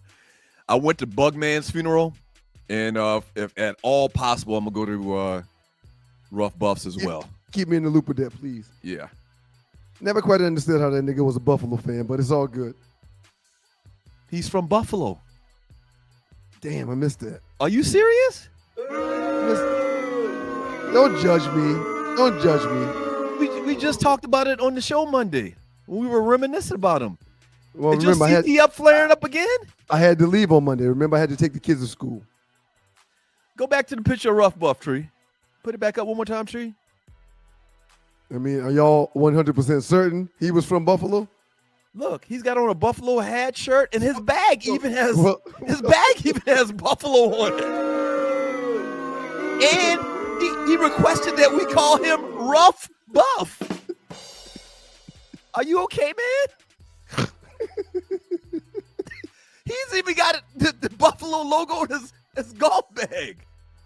I'm sure he probably got one of them magnetic stickers on the side of the golf cart if we look close enough. So I got on a San Francisco hat and a San Francisco jersey. Does that mean I'm from San Francisco, man? Oh, man, but we called him Rough Buff for 20 years. Damn. You didn't think to ask the man over the 20 years we've known him, why do you call yourself Rough Buff? now that he's no longer with us, I guess it's not a problem for me to tell the world that every time I played Canyon Gate for the last 4 years, it was on his dime. If the people at Canyon Gate check the records, y'all got a lawsuit versus Russ Buffett and his family. Wait, why was he paying for your golf? Because you were beating him? He was just hooking me up, man. Oh, you coming to play Canyon Gate? Oh, no problem. I'll take care of it, man. I'll take care of it. Well, Russ Buff, I don't mind paying. No way you pay on my dime, Shoes. Get off. Get off now. Your money's you're no good here. You're going too far. Your money's no good here, huh? Whenever I play with him, I always play for mine. I feel some type of way about it now. All right, I'll see y'all in them streets tonight. And listen, whatever y'all do when y'all see me, do not touch my hair. Damn, Ruff, you paid for Ryan Golf, didn't pay for mine? He liked me more. As a matter of fact, when I joined y'all over a year and a half ago and came back to the network with you guys, he was like, "Hey man, I'm glad you're back. I don't know how much more of that shit I could have took from Doug by himself." Rough Buff's words, see, not mine. Now you just blatantly just. Y'all be careful in those streets. No drinking, no driving. Y'all be careful in those streets. We'll see y'all out in them streets tonight. Make it a safe weekend. Go Georgia Tech. Beat Syracuse for homecoming to go 8-0 in the ACC. Go Georgia Tech. We'll see y'all tonight at Saul. South Carolina State got Norfolk State this weekend. Michael Vick's team. They're struggling. They're struggling, so we probably going to kick much ass. Let's go Bulldogs. Let's go Bulldogs. See y'all on Monday, folks.